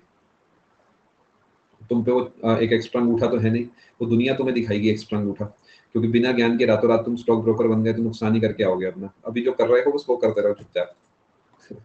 चलो, कई बार बहुत ही मुश्किल जोक हो जाते हैं, मुझे ऐसा लगता है कि पढ़ाई के लेवल के साथ साथ कंटेंट के साथ साथ जोक्स का लेवल भी थोड़ा सा हाई हो गया है वो। कई बार मैं सोचता थोड़ा सिंपल जोक मारो। मार्केट कैपिटलाइजेशन क्या होता है? Issued share into share value. मैं आपको समझाता हूँ क्या है। मान लो मैंने अपनी कंपनी के 1 लाख शेयर बाजार में दे रखे हैं, ठीक है, और मेरे हर शेयर की वैल्यू 3 रुपए है, तो क्या मेरा मार्केट कैपिटलाइजेशन 3 लाख रुपए हो गया? मान लेते हैं बॉश एक कंपनी है जिसके आज बाजार में 500 शेयर हैं और हर शेयर की वैल्यू 500 रुपए है, तो मार्केट कैपिटलाइजेशन बॉश बॉश का जो हो गया वो हो गया 500 इंटू 500, बात खत्म। समझ पाएगी आप? Exactly yes Himanshu, basically people by the idea, कि अगर उन्हें आइडिया पे विश्वास है तो दे पे for it and they become a percentage holder of that company. अगर वो आइडिया बढ़ता है तो दोनों का मुनाफा, डूबता है तो दोनों का नुकसान। चलें जी आगे, चलें जी आगे। अब कुछ और बढ़िया बात आपको समझाता हूँ। एंजल इन्वेस्टर्स, वेंचर कैपिटलिस्ट, काफी कुछ होता है, मतलब कई सारी चीजें हैं देखिए पीहू, बट मुझे सीमित होना पड़ेगा एसएससी तक। अब बात कर लेते हैं जी आपसे थोड़ा सा शेयर्स की ट्रेडिंग की। जिस मार्केट में शेयर्स को खरीदा बेचा जाता है उसे बोलते हैं स्टॉक मार्केट। सुना होगा आपने इसका नाम। स्टॉक मार्केट ऊपर चला गया, स्टॉक मार्केट नीचे चला गया, बजट के आते स्टॉक मार्केट हिल गया, ऐसा वैसा। स्टॉक मार्केट जो है ये एक ऐसा बाजार है जहां पर व्यापार होता है। बाजार में बहुत सारी दुकानें होती हैं, जैसे आपके घर के पास जो बाजार है वहां पर कई सारी दुकानें होंगी। ऐसे इस बाजार के अंदर भी कई सारी दुकानें हैं, जैसे कि बीएसई है, एनएसई है, ये सब दुकानें हैं। मैं आपको दो दुकानों के बारे में पढ़ाऊंगा, ध्यान से सुनना। सबसे पहली जो दुकान है वो है BSE, this is Bombay stock exchange. बहुत डिटेल में नहीं पढ़ाया जाएगा, काम की बात बताई जाएगी बस। इसका जो, ये तो दुकान का नाम है, दिस इज एन एक्सचेंज, जहां पर व्यापार होता है। ये वो प्लेटफॉर्म है जहां पर शेयर्स को खरीदा और बेचा जाता है। और इसके अंदर जो इसका इंडेक्स है, जिसपे जो ग्राफ है, जिसपे देखा जाता है मार्केट ऊपर है या नीचे है, इसे बोला जाता है सेंसेक्स, यानी सेंसिटिव इंडेक्स। यानी अगर कंपनी के शेयर्स की वैल्यू बढ़ रही है तो ये ऊपर जाएगा, कंपनी के शेयर्स की वैल्यू गिर रही है तो वो नीचे जाएगा। अब इसके अंदर क्या सारी कंपनीज को लिया जाता है? नहीं, इसके अंदर जो है टॉप 30 कंपनीज को लिया जाता है। ये टॉप 30 कंपनीज होती है जो मार्केट कैपिटलाइजेशन के हिसाब से सबसे ऊपर है, और टॉप 30 कंपनीज को ही बोला जाता है ब्लू चिप कंपनीज। माफी चाहेंगे दोस्तों, बहुत डिटेल में नहीं पढ़ाया जाएगा, बिकॉज एसएससी नहीं मांगता है। आप सोचे कि मैं आपको अभी जो है पूरी मूवी ही बता दूं, बिग बुल में क्या है और वो हर्षद मेहता वाली मूवी में क्या है, तो ये सब नहीं होगा, काम की बातें बताई जाएंगी। अभी आपको आयुष्मान समझाता हूँ। टॉप 30 कंपनीज को ब्लू चिप कंपनीज बोला जाता है। ये कंपनी सेंसेक्स यानी सेंसिटिव इंडेक्स से जुड़ी है, और जो एक्सचेंज, जो प्लेटफॉर्म जहां पर व्यापार होता है, उसे बॉम्बे स्टॉक एक्सचेंज बोला जाता है। समझ पा रहे हैं बात को? इसी तरीके अगर मैं आपको दूसरे नंबर पे पढ़ाता हूँ, तो दूसरे नंबर पे आता है NSE, this is national stock exchange. जैसे उसके अंदर 30 कंपनियां थी, सब बताता हूँ, थोड़ा समय दीजिए मुझे, सब समझाता हूँ। पहले थ्योरेटिकल डेटा लिखवा देता हूँ। यहाँ पर टोटल 50 कंपनीज होती हैं, और इसके इंडेक्स को बोला जाता है निफ्टी 50 या N50, या जो जैसे भी बोलना चाहें, या फिर नेशनल 50। निफ्टी भी कह सकते हैं, सिर्फ निफ्टी बोला जाता है इसके इंडेक्स को। और निफ्टी का मतलब होता है नेशनल 50, क्योंकि यहाँ पर टॉप 50 कंपनीज का जो मार्केट कैप है उसके हिसाब से कंपनीज को रखा जाता है। थोड़ा थोड़ा समझ पा रहे हैं? अब दोस्तों, जो ये अपना बॉम्बे स्टॉक एक्सचेंज है, ये बना था 1875 में। ये एशिया का सबसे पुराना स्टॉक एक्सचेंज है, बीएसई।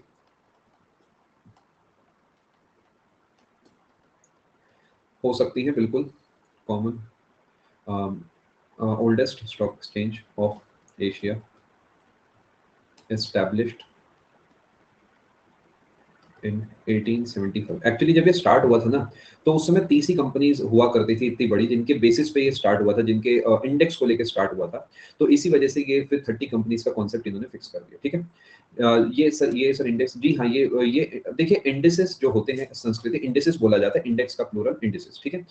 तो ये इंडेसेस जो होते हैं, ये बस मार्केट के ट्रेंड को दिखाते हैं। अब एक छोटा सा एग्जांपल लूंगा, आपको सब कुछ समझ आ जाएगा। मुझे बताएं, आलू का जो दाम है आज का क्या है? आपको भी नहीं पता, मुझे भी पता नहीं पता, मान लेते हैं 20 रुपए किलो है। ठीक है। अब अगर आलू बाजार में कम हो जाएंगे तो क्या आलू महंगे हो जाएंगे? सिंपल भाषा में समझिए, अगर आलू पूरे देश में मान लेते हैं एक ही सप्लायर है आलू का, और ट्रांसपोर्टेशन कॉस्ट वगैरह भी कुछ नहीं है, बिकॉज शेयर को खरीदने बेचने में कोई ट्रांसपोर्टेशन का मतलब नहीं। ठीक है। तो क्या मैं कह सकता हूँ आलू कम होने पे आलू महंगे होंगे, आलू ज्यादा होने पे आलू सस्ते होंगे? Basic demand supply logic. यही शेयर्स के साथ है, कि अगर आज रात को, मैं आपको एक बढ़िया सा केस बताता हूँ, ध्यान से बात को समझना। अगर आज रात को मुकेश अंबानी जी हॉस्पिटल गए अपना रूटीन चेकअप कराने, ठीक है, उन्हें छींक आ गई, और ये रियल स्टोरी बता रहा हूँ जो मैं आपको बता रहा हूँ, और उन्होंने सोचा कि यार मैं चेकअप करा आता हूँ, और मीडिया वालों ने फोटो खींच ली, और वो फोटो वायरल हो गई, और फोटो को देखकर लोगों ने सोचा कि इनकी तबीयत खराब है, और इनकी तबीयत खराब है इसका मतलब इन्हें कुछ अगर हो गया तो क्या होगा, तो क्या पता इनका बच्चा उस बढ़िया लेवल से संभाल पाए ना संभाल पाए। तो अगर इनके शेयर का दाम आज 50 रुपए था, तो क्या आपका दिमाग कहता है कल 40 होगा? दिमाग कह रहा है, कोई एक्चुअल में नहीं कह रहा, कोई स्टैटिस्टिक्स कुछ नहीं है, सिर्फ साइकोलॉजी। आप इसे आज ही बेच दोगे। अब समस्या क्या है कि आपके जैसे बहुत सारे बैठे हैं देश में, सबके सब बेच देंगे। अब बाजार में सुबह तक आलू ही आलू हो गए, और आलू सच में 40 का हो गया, और आप अपने घर पे मिठाई बांट रहे हैं कि देखो देखो कितना होशियार चल रहा हूं मैं। मैंने आलू बेच दिया था कल ही, सच में। यानी अगर मार्केट गिर गई, यानी अगर रिलायंस का शेयर सस्ता हो गया, तो उस केस में क्या हुआ यहाँ पर, क्योंकि सबने बेचा था तो मार्केट में बहुत ही सारे शेयर हो गए, रिलायंस का शेयर सस्ता हो गया, कंपनी की वैल्यू घट गई। यानी डॉक्टर का पर्चा डेंटिस्ट का कितने का होता है, मान लो उनके दांत में दर्द था 200 रुपए का, डेंटिस्ट क्योंकि कहते हैं आओ तो सही, अभी तुम बैठोगे सही तो तुम्हें पता लगेगा सही कि 10,000 का बिल आना है सही, तुम अभी 200 में आ जाओ। तो सारे डेंटिस्ट का यही चलता है, वो कहते हैं तुम आ जाओ, कई तो कहते हैं फ्री आ रहे, तुम आओ तो सही, तुम्हें इतनी कमियां मैं दिखाऊंगा, मजा आ जाएगा तुम्हें, है ना। कभी भी देखना डेंटिस्ट का पर्चा सस्ता होता है, बिकॉज वहां पर अलग साइकोलॉजी चलती है, आप जाएंगे तो आप समझेंगे। तो अब हुआ क्या, उनका डेंटिस्ट का पर्चा जो है ना वो बना 100 करोड़ का। क्यों? क्योंकि सुबह तक उनकी कंपनी की वैल्यू 100 करोड़ घट गई, या कंपनी की वैल्यू 500 करोड़ घट गई, जिसमें उनका 20% शेयर था। तो इसीलिए आपने इन लोगों को मार्केट में आते जाते कहीं इतना नहीं देखा होगा, बिकॉज इनकी हर एक हरकत से जो है बहुत कुछ बदलता है। एक छोटी सी स्पीच देने से, ट्विटर के बारे में अभी एलॉन मस्क ने कुछ कह दिया था, तो शेयर मार्केट, वो जो कंपनी की जो वैल्यू है वो 20 बिलियन घट गई थी, $20 बिलियन। ये मैं बात कर रहा हूँ एलॉन मस्क की नेट वैल्यू की। जैसे ही ट्विटर को खरीदा एलॉन मस्क ने, ट्विटर के शेयर का दाम बहुत बढ़ गया, because people are hoping that this person will bring change for good. यानी it is all about psychology. क्या बात को आप समझ पाए, कैसे दाम बढ़ता है घटता है। अभी आपको कैसे पता लगेगा दाम बढ़ा घटा, और वेबसाइट्स होती है दुनिया भर की, उस पर आपको पल पल का जो है दाम वहां पे दिखता है, वहां पे जाकर खरीद सकते हैं और बेच सकते हैं। जी हाँ, कोका कोला रोनाल्डो वाला इंसिडेंट, रोनाल्डो भाई कुछ बोल रहे थे, अब समझ गए।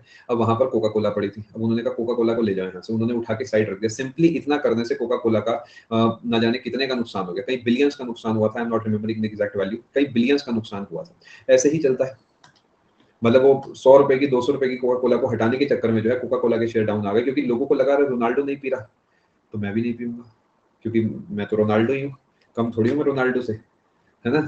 चाहे मतलब बिल्कुल हो रहे हो 100 किलो के, लेकिन रोनाल्डो ही हूँ, मेरे अंदर दो रोनाल्डो है, वो 50 किलो का है, वो 60 किलो का, मैं 120 किलो का हूँ। खैर आगे चलते हैं। यहाँ तक आप बात को पूरे तरीके से समझ पाए हैं दोस्तों। अब मैं आपको एक छोटा सा कॉन्सेप्ट समझाना चाहता हूँ, बुल मार्केट और बियर मार्केट।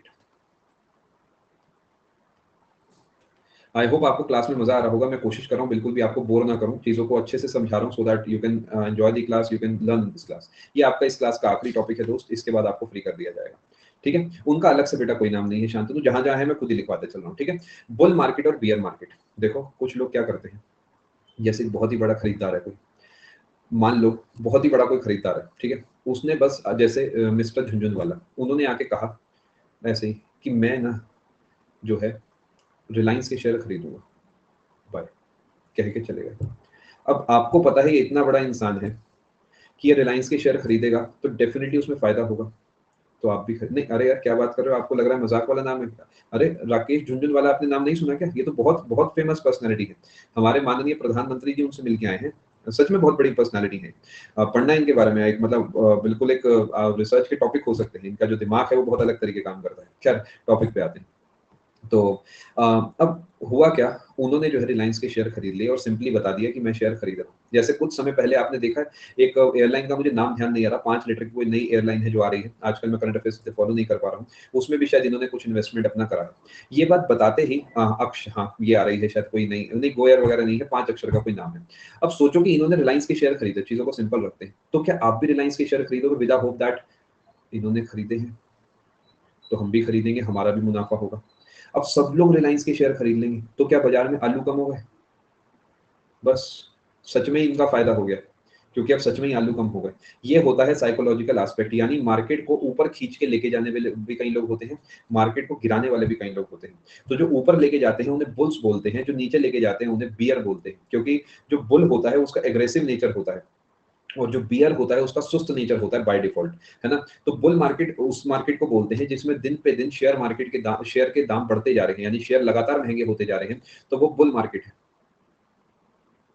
ये बुल मार्केट है। और ये जो है आपका ये बियर मार्केट है। समझ गए क्या फर्क है? यहाँ पे लिखा प्राइस ऑफ शेयर और यहाँ पे लिखा डेट, बहुत कुछ इस पे बेस्ड है अभी, बहुत कुछ। मतलब ये अपने आप में ऐसे टॉपिक्स है जिन्हें मैं 10-10 घंटे आपको पढ़ा सकता हूँ, विश्वास मानिए, बट वर्थ नहीं है। इकोनॉमिक्स जितनी पूछी जाती है उतना ही पढ़ाना पड़ेगा, उससे ज्यादा पढ़ना कोई समझदारी नहीं। समझ गए क्या फर्क है इन दोनों में? अब एक छोटा सा सवाल वो ये है कि अगर एक मार्केट का मैं आपको ग्राफ बना के दिखाता हूँ, मान लेते हैं ये मार्केट का ग्राफ है, और कुछ पॉइंट्स मैं आपके लिए लोकेट कर रहा हूँ ए, या और सिंपल बनाते हैं, इतना कॉम्प्लिकेट नहीं करते। आपने आज कोई शेयर खरीदा है, ठीक है जी, अभी मार्केट कुछ इस तरीके चल रही है, ये पॉइंट ए है, ये पॉइंट बी है, ये पॉइंट सी है, ये डी है, ये ई है और ये एफ है। ठीक है, आराम आराम से मुझे बताना आपके हिसाब से इनमें से सबसे महंगा जो शेयर का दाम है वो कब होगा? ए पे होगा, लॉजिकल बात है, कुछ भी नहीं है। मान लेते हैं आप जो है इस समय यहाँ पर हैं, तो आपके हिसाब से आपको आज के आज आपके सपने में भविष्यवाणी है, यही ग्राफ आया कि कल ये सिचुएशन होगी, तो आपको यहाँ पर शेयर खरीदने चाहिए या बेचने चाहिए? If you are at B, what would you do? Will you buy the share, will you sell the share? अगर आपको नहीं पता, सिंपली स्किप द क्वेश्चन, पीछे ना रहे, वरना ये लोग आगे निकल जाएंगे।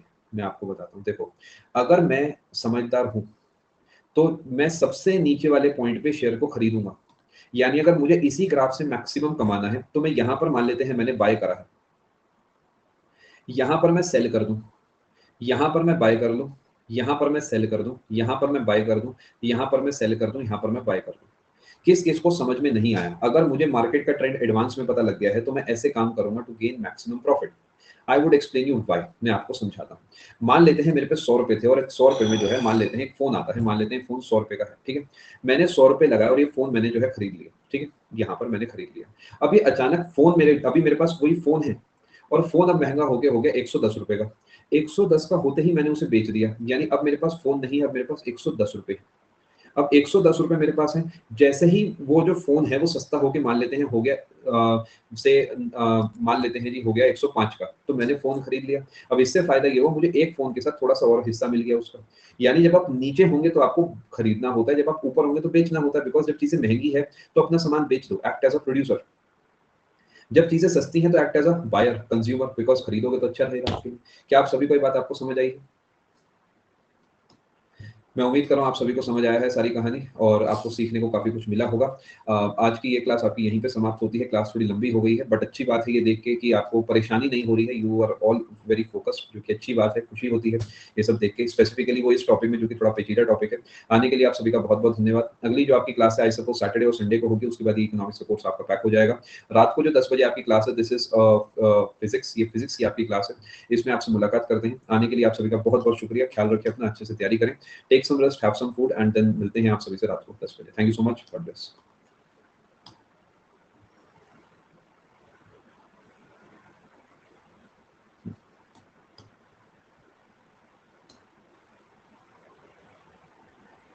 हाँ ठीक है अर्पिता, अब आपका सवाल मुझे मिल गया है। देखिए, फाइनेंशियल इंस्टीट्यूशंस वो होते हैं जो फाइनेंस में यानी पैसे में डील करते हैं, उनका एक एग्जांपल होते हैं बैंक्स यानी कमर्शियल बैंक्स। यानी फाइनेंशियल इंस्टीट्यूशन के अंदर NBFCs, non banking financial companies भी आ सकती हैं और भी कई सारी चीजें आ सकती है। यानी अर्पिता, फाइनेंशियल इंस्टीट्यूशन एक बड़ा टर्म है जिसका एक सब टाइप या एग्जाम्पल हो सकता है स्केड्यूल्ड कमर्शियल बैंक्स। ठीक है, आई होप आपका डाउट क्लियर हो गया होगा। श्वेता, आपको अगर कोई दिक्कत नहीं है तो रात को 10 से 12 वाली क्लास में आपका रेज हैंड लो, क्योंकि क्लास थोड़ी सी ऊपर चली गई है और मैं चाह रहा हूँ कि डाउट्स में मैं सभी के ले लो, if that is not an issue with you. बाकी आप एक काम करना श्वेता, थोड़ी देर अगर आप चाहो तो 2-4 मिनट वेट करना, मैं देख लेता हूँ कितने डाउट्स हैं, एंड अगर पॉसिबल होता है तो मैं अभी आपको विद इन 2 मिनट्स बता देता हूँ कि डाउट आपका अभी लिया जाएगा या अगली क्लास में। वेट फॉर 2 मिनट्स, ठीक है? अरे कहीं नहीं जा रहे हम, चिंता मत करो, बिल्कुल बेफिक्र रहें कृतिश, बिल्कुल बेफिक्र रहें। मैं आपको इन शॉर्ट बताऊं तो प्रतियोगिता मंत्रा टीम का जो फर्स्ट एवर प्लस कोर्स है वो मेरा ही कोर्स है। I hope this helps. First ever course of Pratiyogita Mantra team on Unacademy plus is my course. ठीक है, आई होप दिस हेल्प्स, चिंता ना करें आप।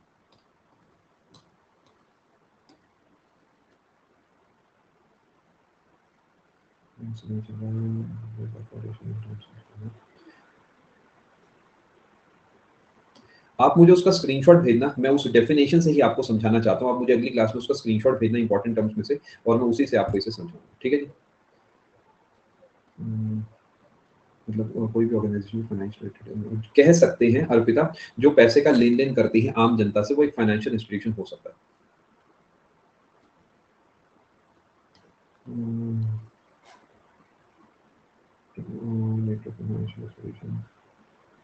इसके लिए अर्पिता आपको सरकार की आरबीआई की साइट पे जाना होगा, बिकॉज काफी समय से बैंकिंग अवेयरनेस में पढ़ाया नहीं है, तो स्टैटिस्टिक्स मेरे दिमाग में नहीं है अभी। बट एक मिनिमम कैपिटल का क्राइटेरिया होता है, कई सारे क्राइटेरिया होते हैं, they are mentioned on RBI site, वहां पर आपको डेटा मिल जाएगा। विश्नोई अभी के लिए मेरे हिसाब से आपको ज़्यादा परेशान नहीं होना है, सिर्फ और सिर्फ रिवीजन पे फोकस करिए, मैथ्स के जो थ्योरम्स हैं उन पे आप काम करिए एंड स्पेसिफिकली अलजेब्रा के जो पॉइंट्स हैं, आपको सीआईएसआई का जो इंस्टॉलमेंट, देखिए हम गलती क्या करते हैं, बहुत कुछ ऐसा होता है जो हमें पता होता है कि जब हमने पहली बार में पढ़ा तो ज़्यादा क्लियर नहीं हुआ और पेपर से पहले हमें उसे दोबारा पढ़ना है, बस वो काम आप करके जाइए पेपर से पहले और पेपर में टाइम मैनेजमेंट पे ध्यान दीजिएगा, बस मेरे हिसाब से ये आपके लिए काफ़ी रहेगा, ठीक है? चलिए, आने के लिए आप सभी का बहुत-बहुत धन्यवाद। Thank you so much. God bless, take care, good bye. एक फटाफट से मैं रेज़ अ हैंड ले रहा हूँ श्वेता का। प्लीज़ आप फटाफट से श्वेता बताइएगा बिकॉज़ मुझे भी खाना खाना है, आपको भी खाना होगा। सो आप मुझे फटाफट से अपना डाउट बताइए। Hello, good evening sir. जी, गुड इवनिंग जी। सर मेरा डाउट ये है कि एक्चुअली हो क्या रहा है कि मॉक देते टाइम ना जब मैथ्स का पोर्शन आता है तो सर क्वेश्चन देख के ही मतलब अपन उसको छोड़ते जाते हैं ये सोच के कि लेंदी है बाद में करेंगे, लेकिन बाद में कर भी नहीं पाते हैं और सब छोड़ते इसलिए हैं क्योंकि डर भी ये रहता है कि शायद नहीं बने क्योंकि नया थोड़ा सा नया दिखता है, लेकिन सर बाद में मॉक के बाद में जब वो लगाते हैं वो हो जाता है। लेकिन सर ये जो प्रेशर है वो उससे कैसे कंट्रोल करें कि वरना ऐसे तो एग्जाम में कुछ नहीं हो पाएगा। ठीक है। जब आप छोड़ देते हैं, तो उस पॉइंट पहले बताएँ टिक्की वाला है क्या आपके घर के पास? अगर आया तो स्टिक बनवा दीजिए मुझे। अगर कोई और है तो कोई बात नहीं। खैर फोकस करते हैं, ठीक है? चलो, ध्यान से अब आप सुनें मेरी बात को। सबसे पहले ये बताएँ कि क्या अगर मैं आपसे कहूँ मैथ्स में आप छोड़-छोड़ के करते हैं, तो 25 में से कितने क्वेश्चन आप बना लेते हैं अपनी अप्रोच से एज़ ऑफ नाउ? बस 10 क्वेश्चन, ठीक जी है। और इसके अलावा मुझे ये बताएँ कि कितनी देर में आप बना लेते हैं इन्हें? 15 मिनट। ठीक है, 15 मिनट में आप बना लेते हैं। मेरे हिसाब से थोड़ा-सा आपको अपने गट्स पे विश्वास करना होगा, क्योंकि अगर आप इसे 25 मिनट लिखते तो मैं कहता कि जैसे चल रहा है वैसे ही चलने दो। मुझे ऐसा लगता है कि आपको अपने गट्स पे विश्वास करना होगा। जो टॉपिक आपको ऑलरेडी आता है, उस टॉपिक के क्वेश्चन को अटेम्प्ट करो। जैसे आप एक सवाल छोड़ते होंगे जिसमें मेन, वुमेन और चिल्ड्रन वाला सवाल आता है, वो आप क्या छोड़ देते हैं देखते ही?